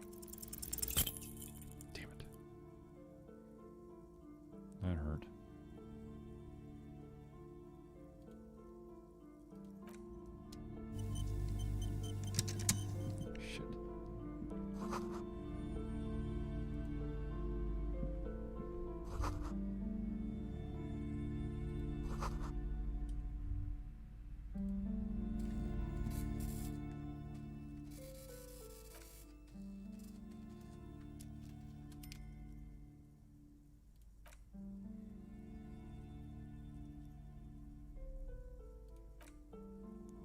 book is also very daring. The author aims to re-examine the universe and understandings of the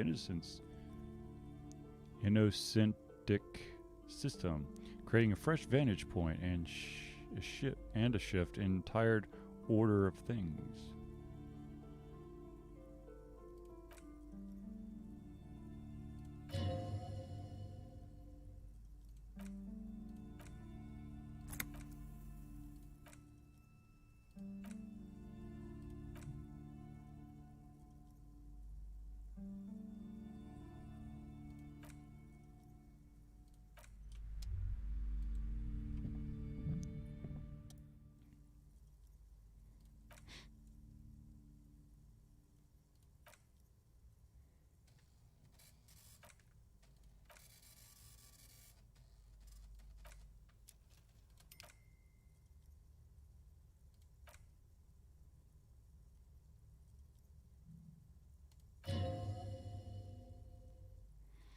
No, this is somewhere to be. This is all you have, but it's still something. Streets and sodium lights, the sky.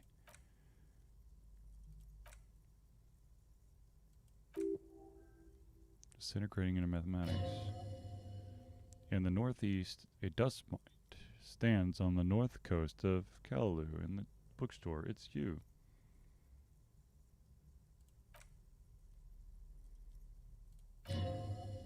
Lost little pearls of light, tiny fires in the dark.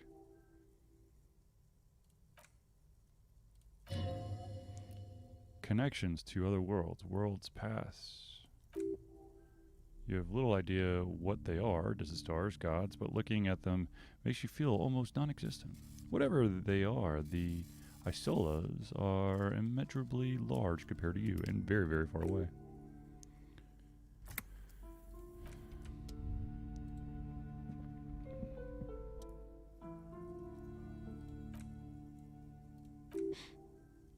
These three things are very important to the working class mind.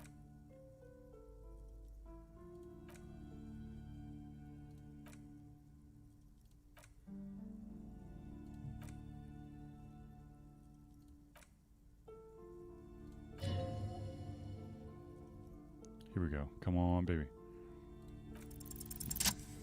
Yes.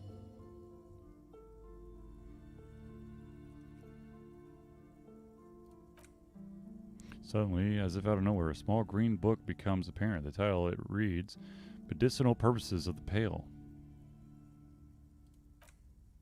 The book contains descriptions of various pseudo-scientific therapies, alternative medicines, and folk remedies involving the pale, also known as littérature. For example, it recommends vigorously swatting one's naked body with a vinnock, or hand broom, made from the leafy twigs of a young birch tree from the near pale. Sounds invigorating. It is, and good for the circulation. What else? It also recommends consuming distilled spirits like vodka or whiskey that have been aged in the pale. Readers are instructed to cover these jars in a shallow hole just inside the pale and leave them there for 30 to 60 days, depending on the potency desired. What does the pale aged liquor do? Among other benefits, it is alleged to restore damaged liver to perfect health. That seems improbable. I should probably get my hands on some of that. What else is in there? For general health and well-being, readers are encouraged to take regular strolls through the pale, though a sidebar cautions readers to limit each stroll to less than an hour. These strolls promise to cleanse the mind of worries and the body toxins, especially if you are perambulator performs this ritual in the nude. Nudity figures prominently in the number of these prescriptions. This is exactly what you needed, huh? Anything else note? There's an entire section devoted to cures for men who are struggling to perform their marital obligations. I probably need that. Excuse me, sir. I believe you've been perusing that particular volume long enough. If you'd like to continue reading, I must just... damn it, I don't have any money.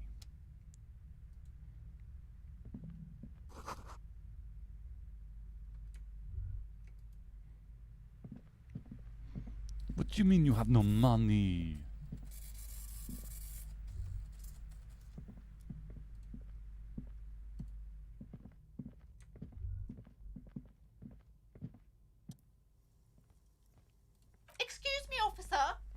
room is strictly for employees only.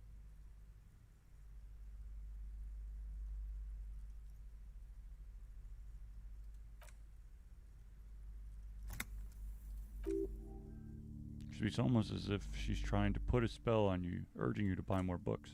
Oddly enough, the more she tries to draw you away from the curtain, the more alluring they become. You see some kind of charm, an irregular polyhedron assembled from bone, sticks, and straw inside a disturbing fish head with empty eye sockets staring at you.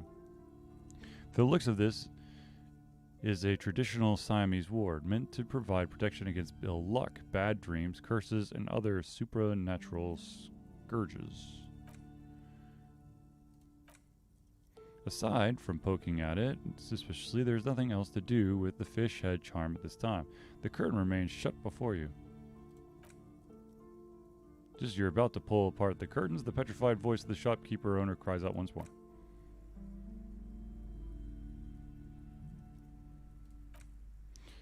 Parapsychologically speaking, we're done if you decide to open them. I won't be held responsible for the consequences. It's too dangerous.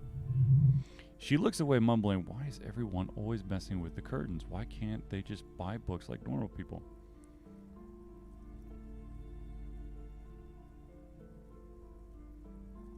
Ma'am, this is different. I'm a police officer. I need to get in there. But I sense this place calling for me. I must investigate beyond the threshold. You do? God, even more reason to not mess with the curtains. Just step away, dear sir. Man, this is different. I'm a police officer. I need to get in there. Why? It's not like anyone was killed there. I'm sorry. I don't mean to be impolite. Just please don't go in there. I can't allow it. You'll only make things worse and unleash the powers. What powers? Oh, Christ, not again.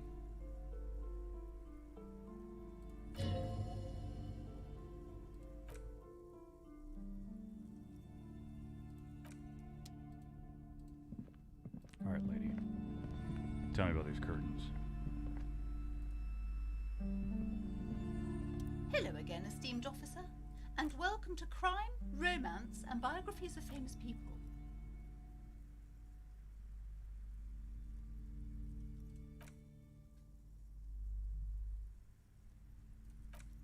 Fine, it's because this place is cursed. Just like everyone said, they don't call it the doomed commercial area for nothing. Are you happy now, officer? Happy that you've ruined everything?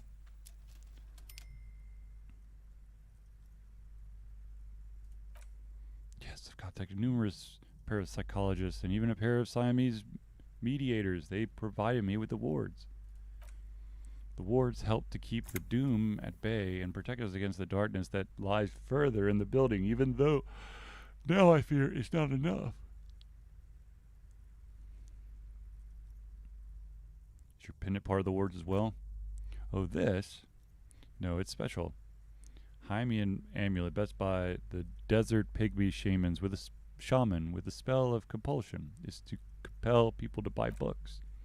There are numerous spells cast throughout the store. I had the books anointed with a different inducement spell. For example, she nods, it's guaranteed to boost sales 15%.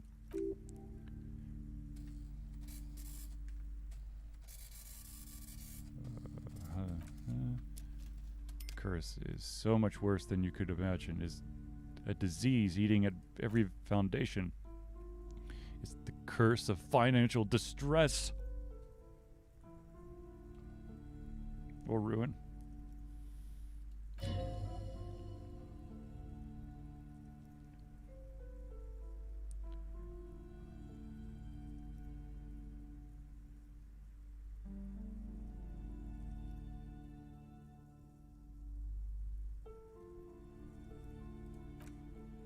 Everyone knows that all the previous companies in this building have sooner or later declared bankruptcy, and their malicious spirits are still here, feeding off bad business practices and disappoint income statements. There's something wrong with this building, I can tell you. Ever since I arrived, I've sensed an eerie, lingering presence, as if I was unwanted here. Huh. Truly so? Perhaps the dark energies are leeching off of you. You shouldn't stay in the store too long. It may be dangerous. Would you like me to take the case? I could investigate to see if this curse is real. Most certainly not. I do not want anyone who's not familiar with psychic arts to get involved with this mess.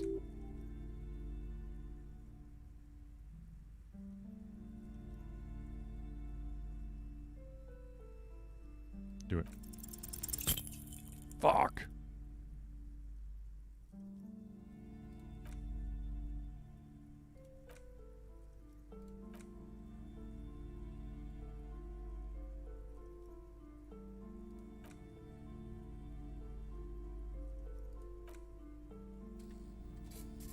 Damn it.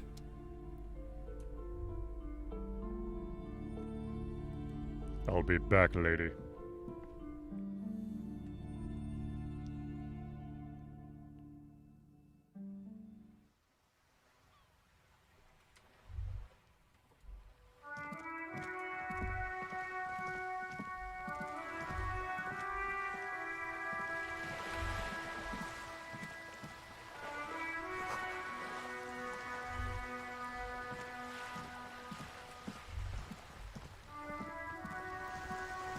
What are you all looking at?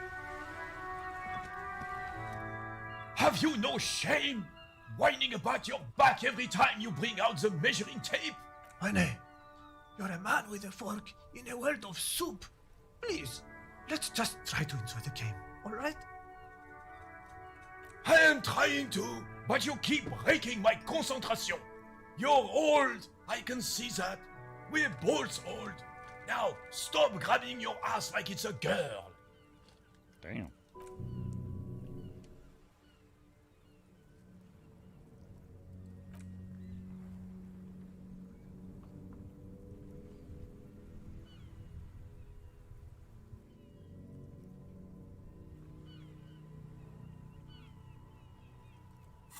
Please, please, please, please. Fuck yeah. I think.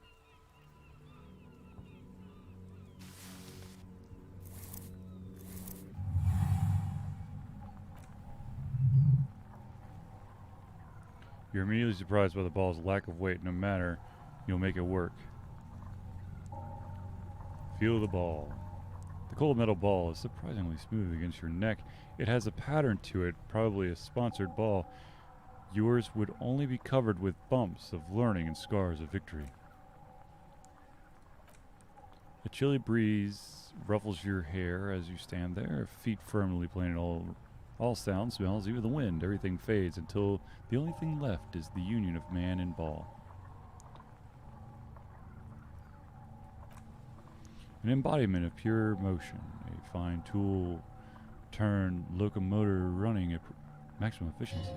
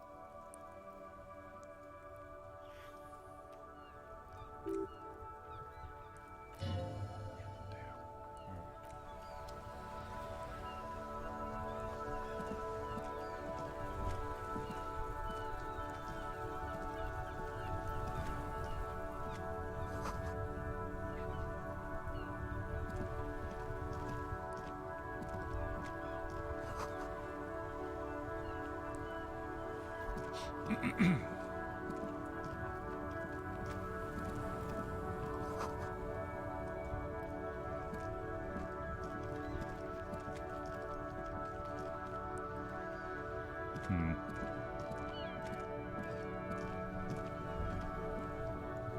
we've basically gone around the whole area that I can go.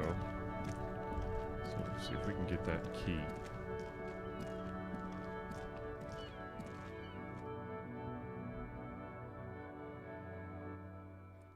Excuse me.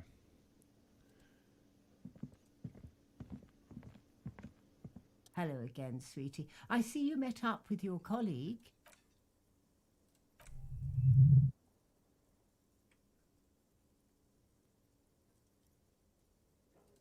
Why? You are, officer. You are a handsome man, officer, with your moustache and your chiseled jaw and that silly dimple on your chin. You must forgive me. I'm getting so scatterbrained, I completely forgot to introduce myself. I'm Lena. My husband Morel and I are staying with our friend Gary just down the street, but I come here for tea when they're away. It's wacky enough for the Motley Crew to hire her on the spot.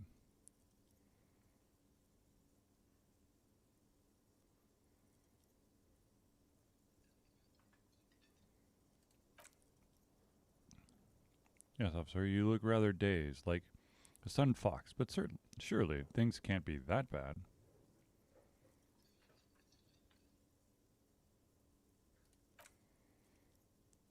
Oh my. You know where we are, right? That's right, and where's the Whirling in Rags cafeteria itself located? Yes, indeed. We are in the fine city of Revachol.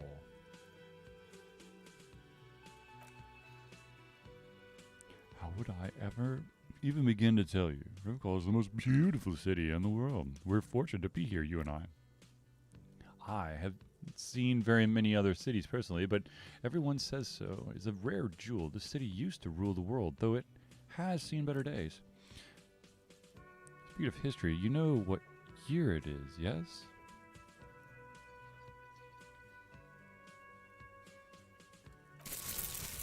That's right, my dear. How splendid. Here, take this pen. Knowledge should always be rewarded. Kind green apple pen. Her leaf is palpable. She was getting pretty worried about you there, but now she relaxes her shoulders. I can tell that this is taxing for you, so I'll just ask one more question. What regime are we living under? What mode of government? Ooh, Lord. We are governed by intelligent machines that perform calculations to determine the freest market. No, our leaders are fierce warriors who traverse the plains on steeds. I'd like to think it's the dictatorship of the... No, radios are being used to control people's minds, distort the perception of reality, concealing our true masses, foreigners, and women. Nope, sadly not. Under an alliance of foreign powers called the Coalition, we have no government of our own, and what democracy we have is market-driven.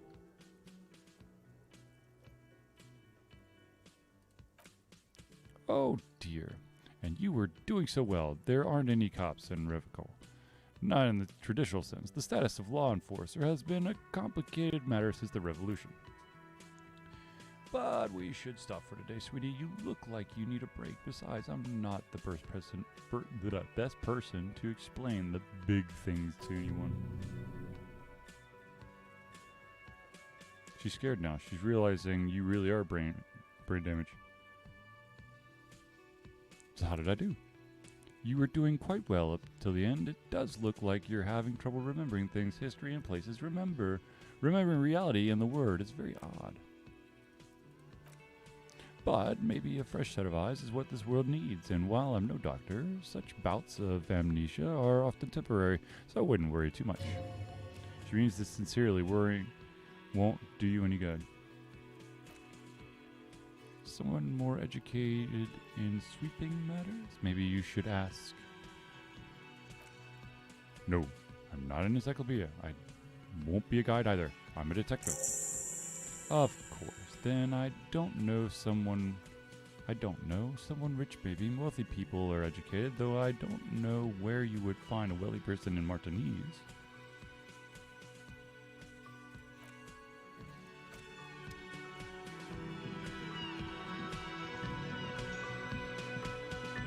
My man, my main man, my man, Diggy Dog. Can I help you? Is that trash mine? No, it belongs to Whirling and Rack. Thanks, dick shit. Thank you for clearing that up. Why do you keep the container locked? The hobos and drunks out, that's why. And the neighbors too. They put their trash there and they don't pay for the garbage company. Well, yes, us and the garbage disposal company. Seems a little callous, doesn't it? Something stirs in you. This feeling. Prodded him and find out. Doesn't it seem callous to you, guarding even your leftovers in the pool? We need those keys. What do you need them for? It concerns the case. Please cooperate. He takes the keys from under the counter and hands them to you. Just bring them back once you're done, please.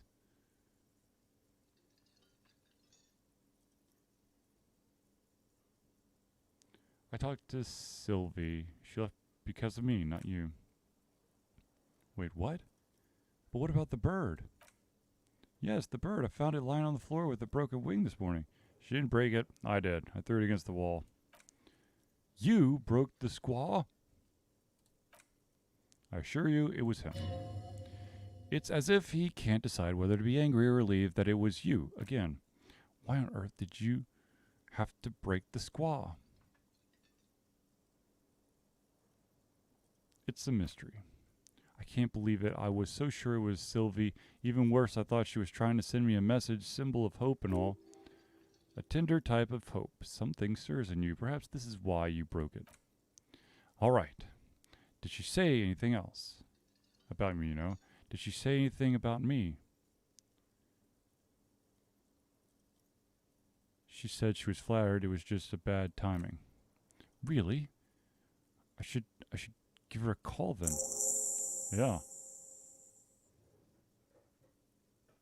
Goodbye. I'm not gonna bug you about the whatchamacallits just yet. Actually, didn't I get a?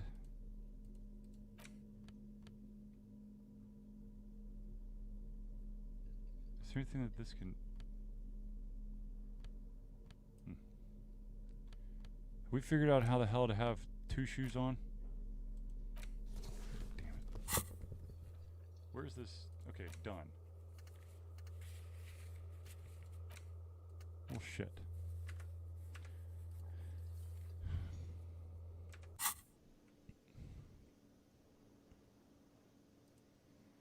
I've got to figure out a way to get my other shoe back. This is ridiculous. I mean, I've got them both, but I can't, apparently I can't wear them.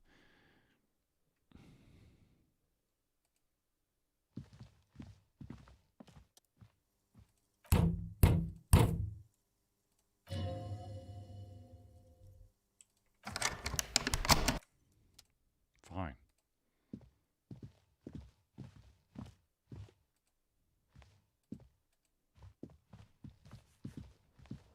I apparently missed something in my room.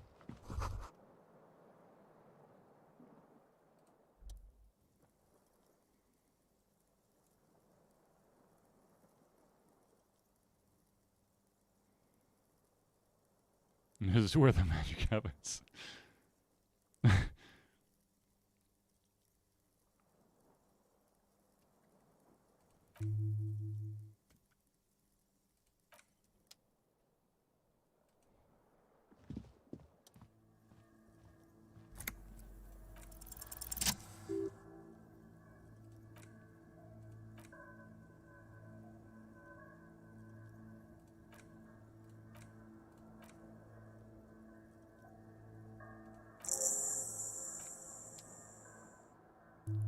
open, now I have it. I did already.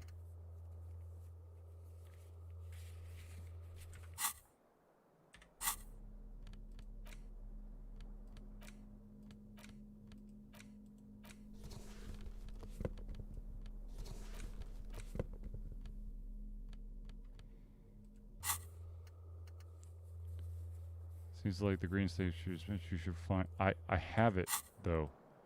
Do I need to go back out to the spot where I found the damn thing?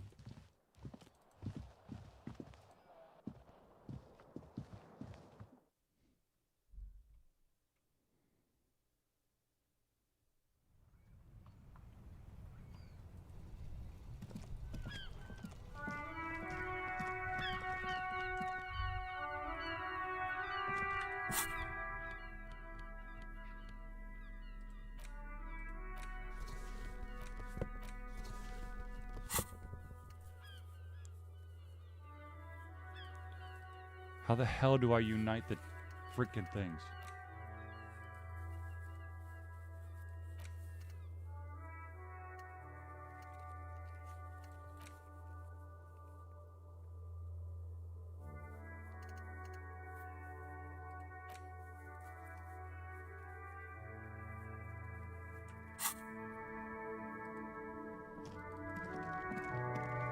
I'm not exactly sure how the hell do I reunite the shoes since I already have both of them.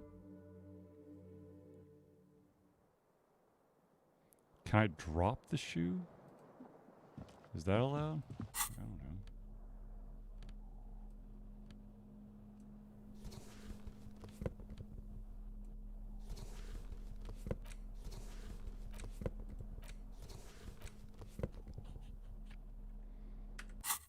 Hold on, let's just for shits and giggles. Do you have control settings, maybe? Of course not. That'd be too easy, right?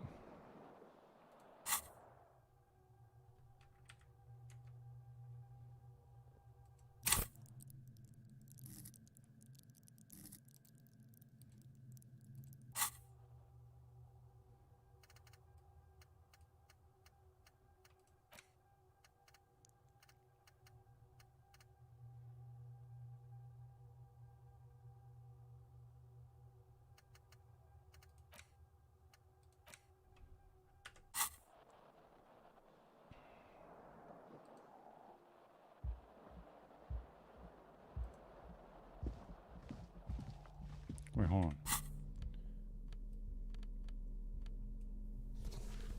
I can't hold on to it.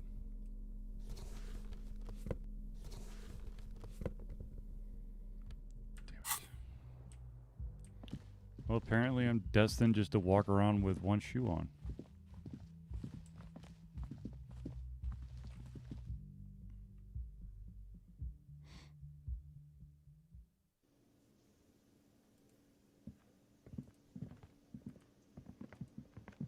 Ooh, wait a minute.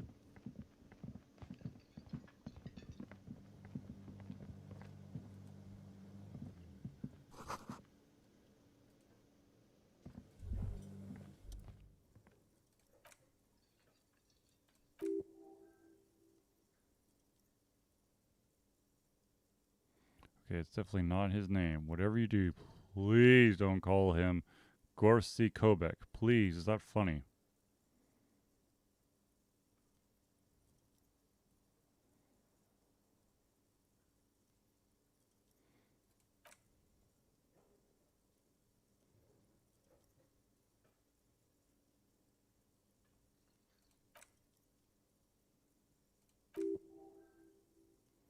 Just, especially with the sounds they distorted.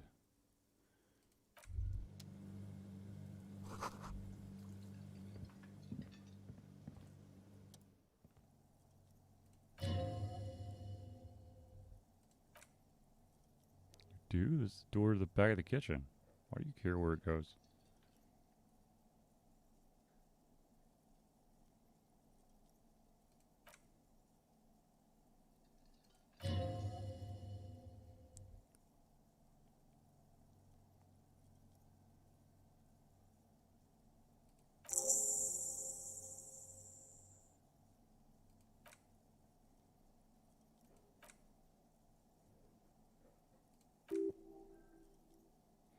to a side building adjacent to this one. Just to this half ruin, whatever behind it must be older.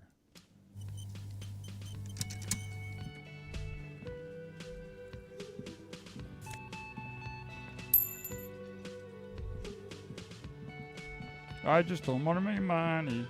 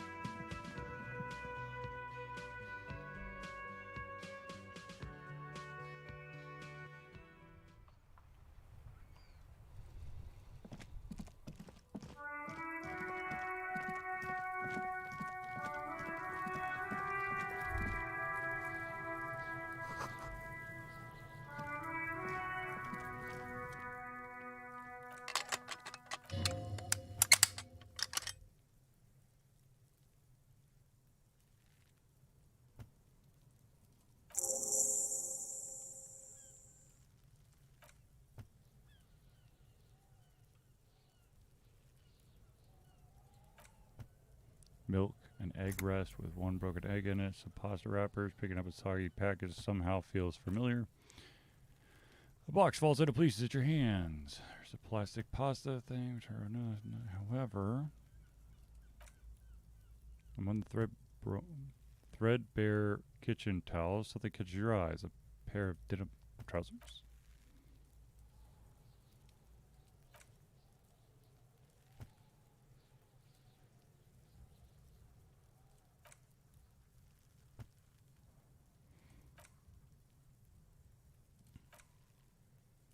Belt missing.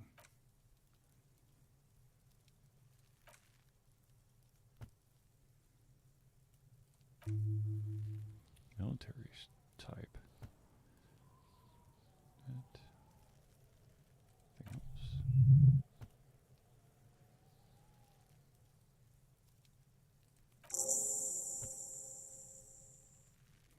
All right, we should go to Gautier again and ask if he knows who put the clothes in the trash.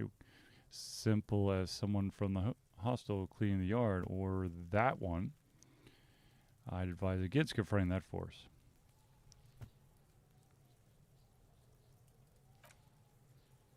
Really, all we know is the victim's clothes are in a trash. The lid is locked, and this attachment has the key. It's just a small loose thread.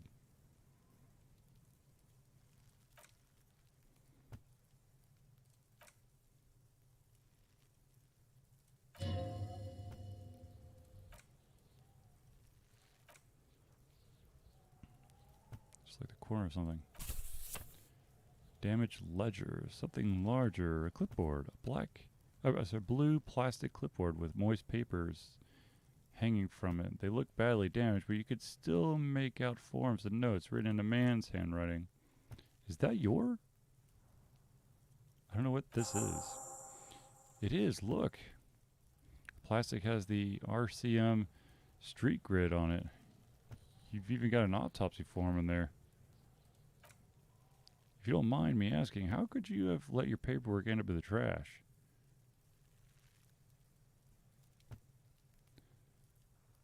It's foreboding quality. Maybe I needed to lose it for the great bloodletting to begin. I think I didn't want to be a cop anymore, and that's why I tried to flush my cop life down the toilet.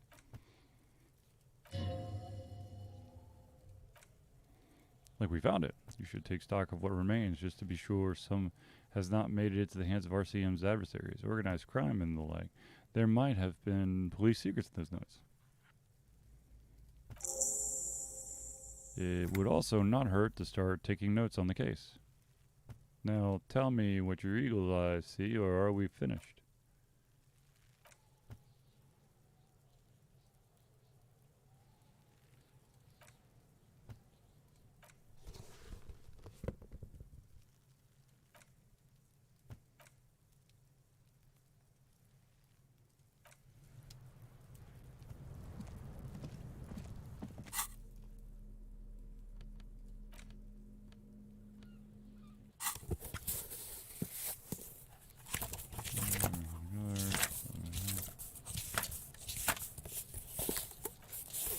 There's a piece of toilet paper, or is it cleaning tissue? No, it's toilet paper, desperately sticking to the back of the blue plastic clipboard.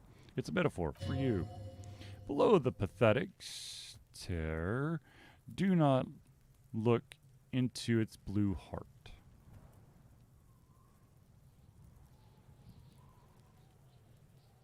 Browse the white papers.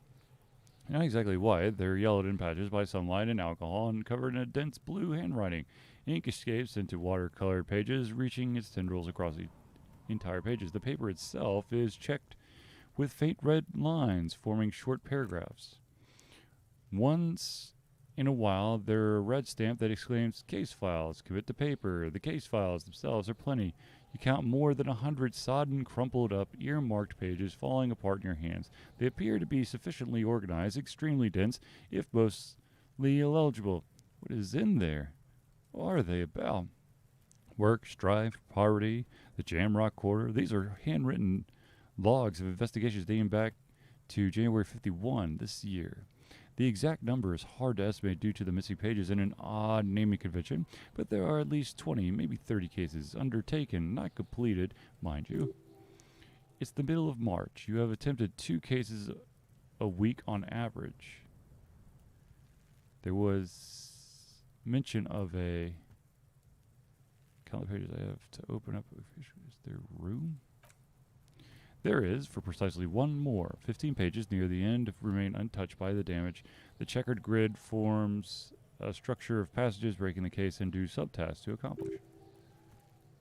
Once all the tasks are completed, this case is complete. Commit to paper. The tasks you've completed flow out of the kind green 8 pen in a brash freehand similar to the rest of the letters. The wording comes easily. It's almost robotically simple. It's a language developed for mental rigor and simplicity. Inspect victim's body. Interview cafeteria manager. It's not exactly poetry, but poetry would be out of the place. Cross out the ones you've already finished.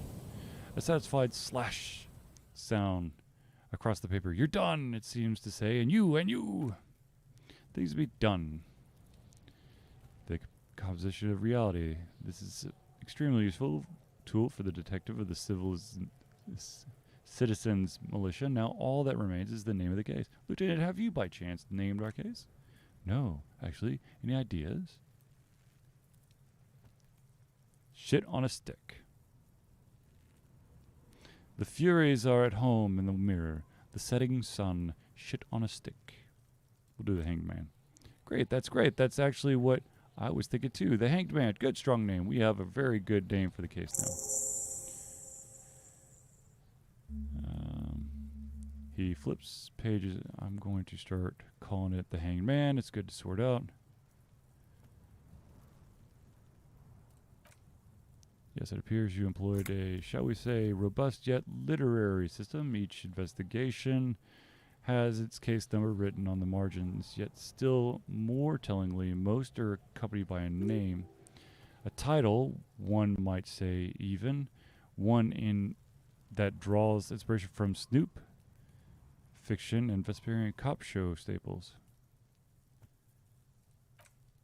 Yes, all cops. One is called The Next World Mural and The Square Bullet Hole Murders, and another, The Unsolvable Case. Others appear the guise of The Couch in an Unexpected Location, The Murder at the Hookah Parlor, even the rare article-free Collapsing Tenement.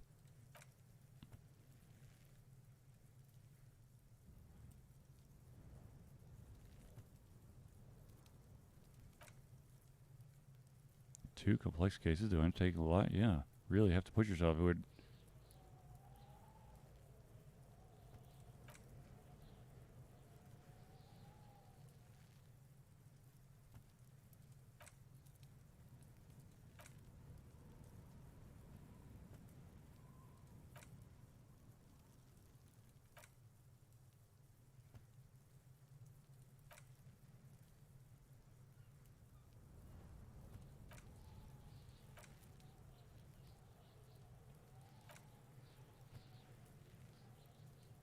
Come on. Damn it!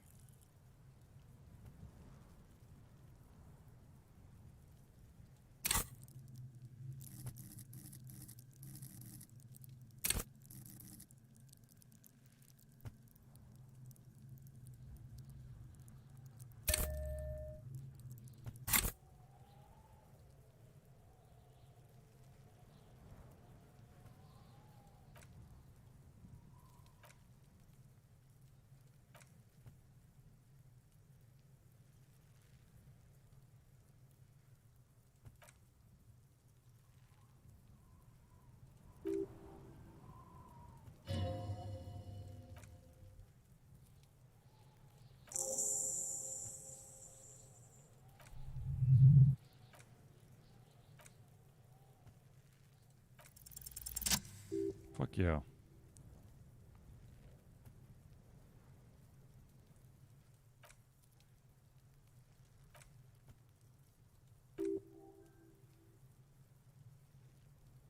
Too high.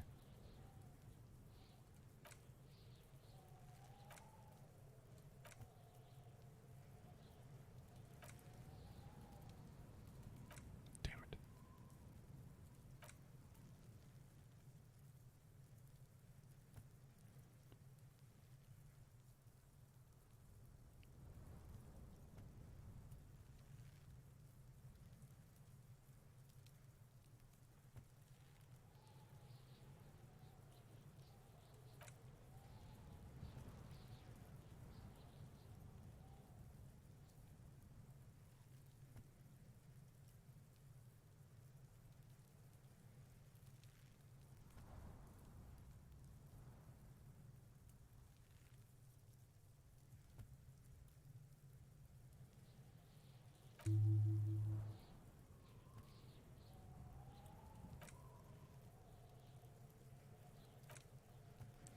Leslie will always take his pants off when he's drunk. Burke will always trash everything. It's just what they do. It's in their nature. You can't change the nature of a man. You can't lock them away because public indecency and small-scale property damage are not punishable by incarceration. The only way for Leslie to stop flashing his genitals to passerbyers and for Burke to stop dismantling signage and rear-view mirrors would be for them to stop drinking alcohol, which in their 40s or 50s, it's hard to tell because of their distorted features, is a medical improbability on par with the ceasing to produce the expression. Proceed. Threatening fines, dragging them to the station, locking them up in the hellholes they live in, locking them up in the station, hypnotherapy, even trying to get a local gang of Zimlikists to take them out. You tried it all, and still the complaints would stop as they hadn't stopped for 10 years. It's plain to see from the files that you, Satellite Officer JV, and Special Consultant TH had more important cases to attend to. You had covered cross-references to several ongoing investigations, each brought to a standstill every time you drive down Main Street, because there they are, on the corner of Perdition, and what is Leslie doing?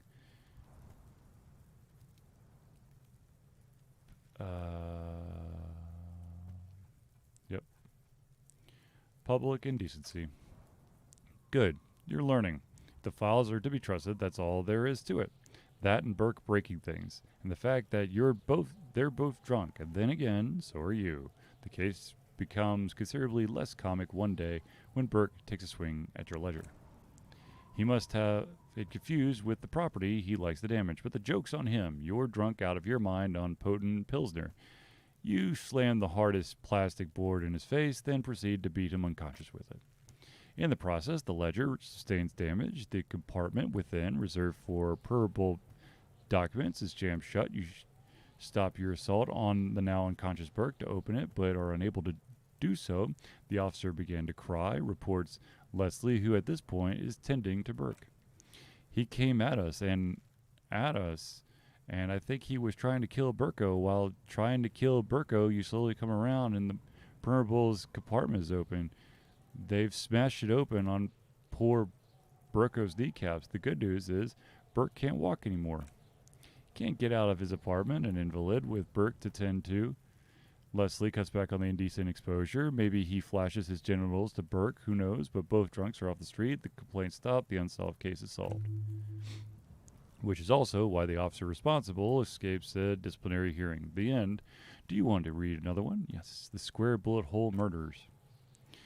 It would be very interesting to read about this one, wouldn't it? I mean, there seems to be a square-shaped entry wound in the victim's forehead. She's been sitting there for a week on a rocket chair with a square hole in her head, staring at a wall, her mouth agape. But that's all you got. From the half hour you've spent piecing it together, all you know is the entry wound was square-shaped. You never found the bullet. And then another body showed up, also with a square hole in his forehead. Serial killer? Who knows? Those pages are missing. What next? Don't worry, one day. Some assholes brought their couch outside and hung out on it in the middle of the street, on the roof, on the hillside by the motorway, you know, at an unexpected location. They were young and they thought they looked cool on it. They looked really cool. They looked really cool, like a rock band. Yes, as you've said here, insufferable rock and roll assholes. Young people are the worst. So anyway, you gotta complain about the damn sofa or couch or whatever it was. They were leaving it out on on these unexpected and whimsical locations they took it to, where they also took photos of themselves on it and smoked cigarettes and drank coffee because they felt it's intellectual. Cigarette butts, coffee cups, stupid couch, you had to clean it all up, and you did. So congratulations to you. Case solved. No, you didn't have time for that. These notes show that you have what is called a real goddamn job. You don't have time to chase down couch assholes. You have a real job to do. What's next? The murder of the hookah parlor. Murder, ta-ta-tam, at the hookah parlor was a case originally assigned to Officer named Joseph Mills, who is now dead, of circumstances completely unconnected to the murder at the hookah parlor. Beaten to death by a throng of Villalobos when he and his partner, J.M., answered a call one night. It's a sad story, and it isn't really represented in your case file. Stop stalling and get to the murder of the hookah parlor. Joseph Mills was on the case that he just couldn't solve. He was doing it solo, said it was a real nutcracker, real brain twister, was on it for like a month. The captain got impatient, or get off the pot, Mills. Mills didn't get off the pot, not yet. He kept at it for a couple of weeks more, raking his brain, running with every theory as outlandish as they seemed, still couldn't solve the murder at the hookah parlor. Tough case, he said, toughest he's ever had. Wait, was Joseph Mills a good cop? No, he was awful. Awful sense of humor, too. The worst jokes you've ever heard. Really rapey. Still, he'd been on it for months now, so said it was the final case, said it was uncrackable. Take the murder, vanished into thin air. That goddamn hookah parlor was all he talked about. Okay, so the case is handed to you because Mills isn't getting anywhere, and you look into it. Here's the setup. A young man is found dead in the hookah parlor. You know, those places where you go and smoke bubblegum-flavored vapor all day. Really cool. Yeah, really lame. So anyway, young man in his 20s found with his skull busted open right on the floor of the hookah parlor in the middle of the day. No one else is in there. Only client that day, in perfect health too, some kind of movie producer. No one enters, no one exits. He's just sucking on his watermelon hookah all morning, all noon, like he usually does. He's a regular. No calls, no nothing. Just sucking on the hookah until 3:45. Then bam, he's dead on the floor with his skull busted open. Blood everywhere. What happened? How can it be? Mills has no idea. Invisible assassin. Movie deal gone sour. Girl at the counter did it. Nothing fits. Eerie, man. Just dropped dead. So you go to the parlor. You see the cushions around the table. Table's low, heavy, really sharp edge. He sucked hookah, stood up, passed out, hit his head on the table, and died. See, you can't even read the thing without solving it. Yeah, it was that. Turns out hookah does do something. It turns off your brain's oxygen supply, and you don't notice it until you really have to go to the bathroom. And what was he doing there for 6 hours? Smoking hookahs, didn't you hear? I don't know, trying to come up with a movie script maybe. Anyway, that was Murder at the Hookah Parlor. Joseph Mills wasn't a good detective. About 30 minutes has passed piecing together. Next.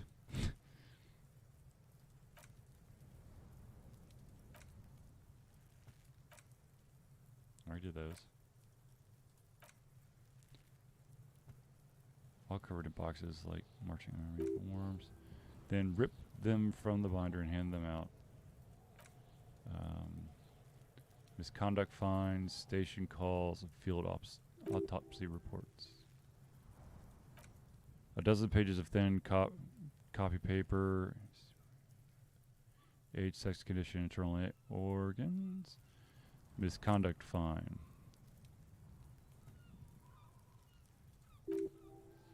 Station call. Enough of these.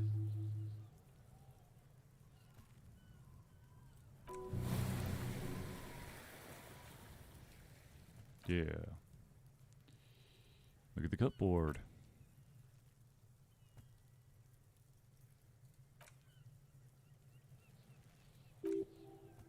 Permeables is not hidden per se. The compartment is made for permeable material that would get damaged if something happened inside. Peek inside.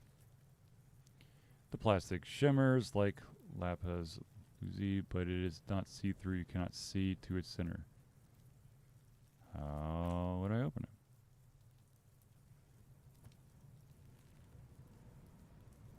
Come on, baby. Fuck yeah. The two sides of the board appear slightly misaligned, like a drawer that comes off its slide. If you bend the plastic on your knee slowly, the slide snaps back into place. You should be possible to just, slide the door open. Without resistance or sound, the two panels move against each other. The compartment is now open. What's inside? 2 ticket stubs and a handmade postcard. Ticket stubs. 2 octopuses are smiling, reaching their tentacles toward each other in the colored pencil drawing. The tickets permit access to zoo. The aquarium costs extra, and these let you go there too. Pick up the card. Thin wax paper has been glued to a piece of cardboard. Sounds like leaves rustling when you pick it up. You see violet flowers, floral patterns, patches of glue. Smell it first. It smells of chewing gum, apricot flavor.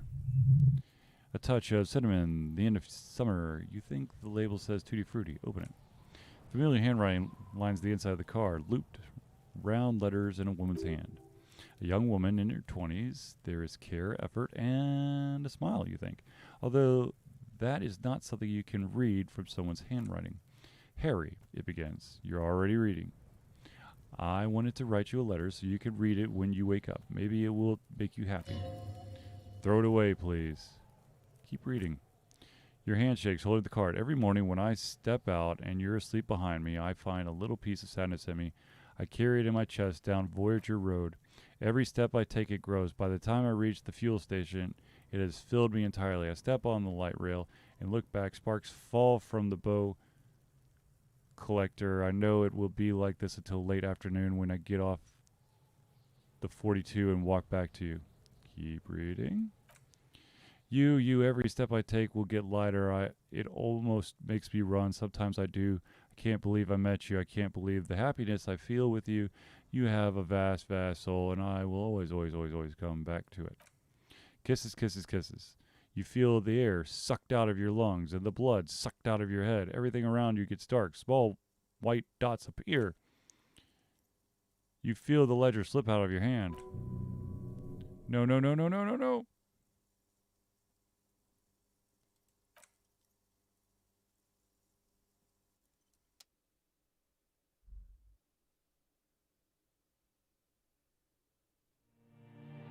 Did I die?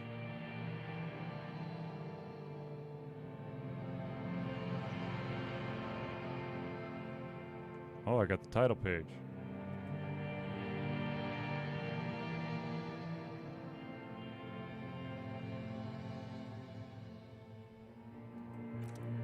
There is nothing. What the shit? Again. Nothing, sad brother. No treachery, just blackout. Well, almost nothing. There is the ground below you, that's still there. And the small light that's on, fluttering somewhere in the basal ganglia. That's me. Blue eyes, that's me. Who was what? He speaks of the sickening longing, the unwell emotion. Even in the darkness, he's grasping for it, still trying to hold on to the great sorrow slipping in the water. Slimy. Here in the paleo-mammalian cortex, we call it the shadow, because it's always there. There is no Voyager Road. There are no roads, no houses, no lights in the windows. It's all on pause. Bloated corpse of the past resurfacing. Beautiful. Believe me, stupid ape, its lack of beauty was not the problem. You think they would let you? Until you disintegrate into biomolecules? No, Someone is breathing on your face now, inspecting your pupils, stupid idiot. Yes, they're pouring something on you, something in you, and it's Delicious.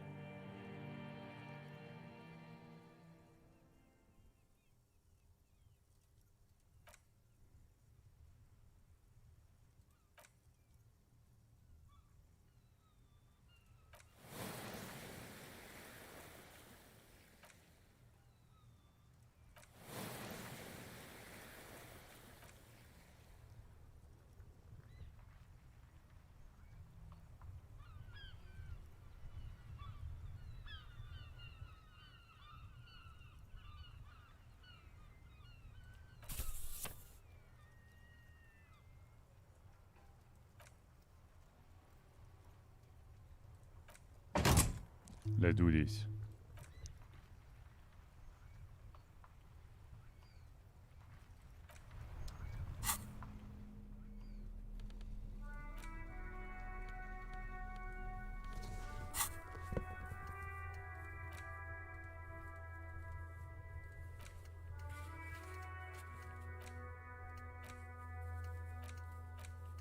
I'm never gonna be able to solve that one, am I?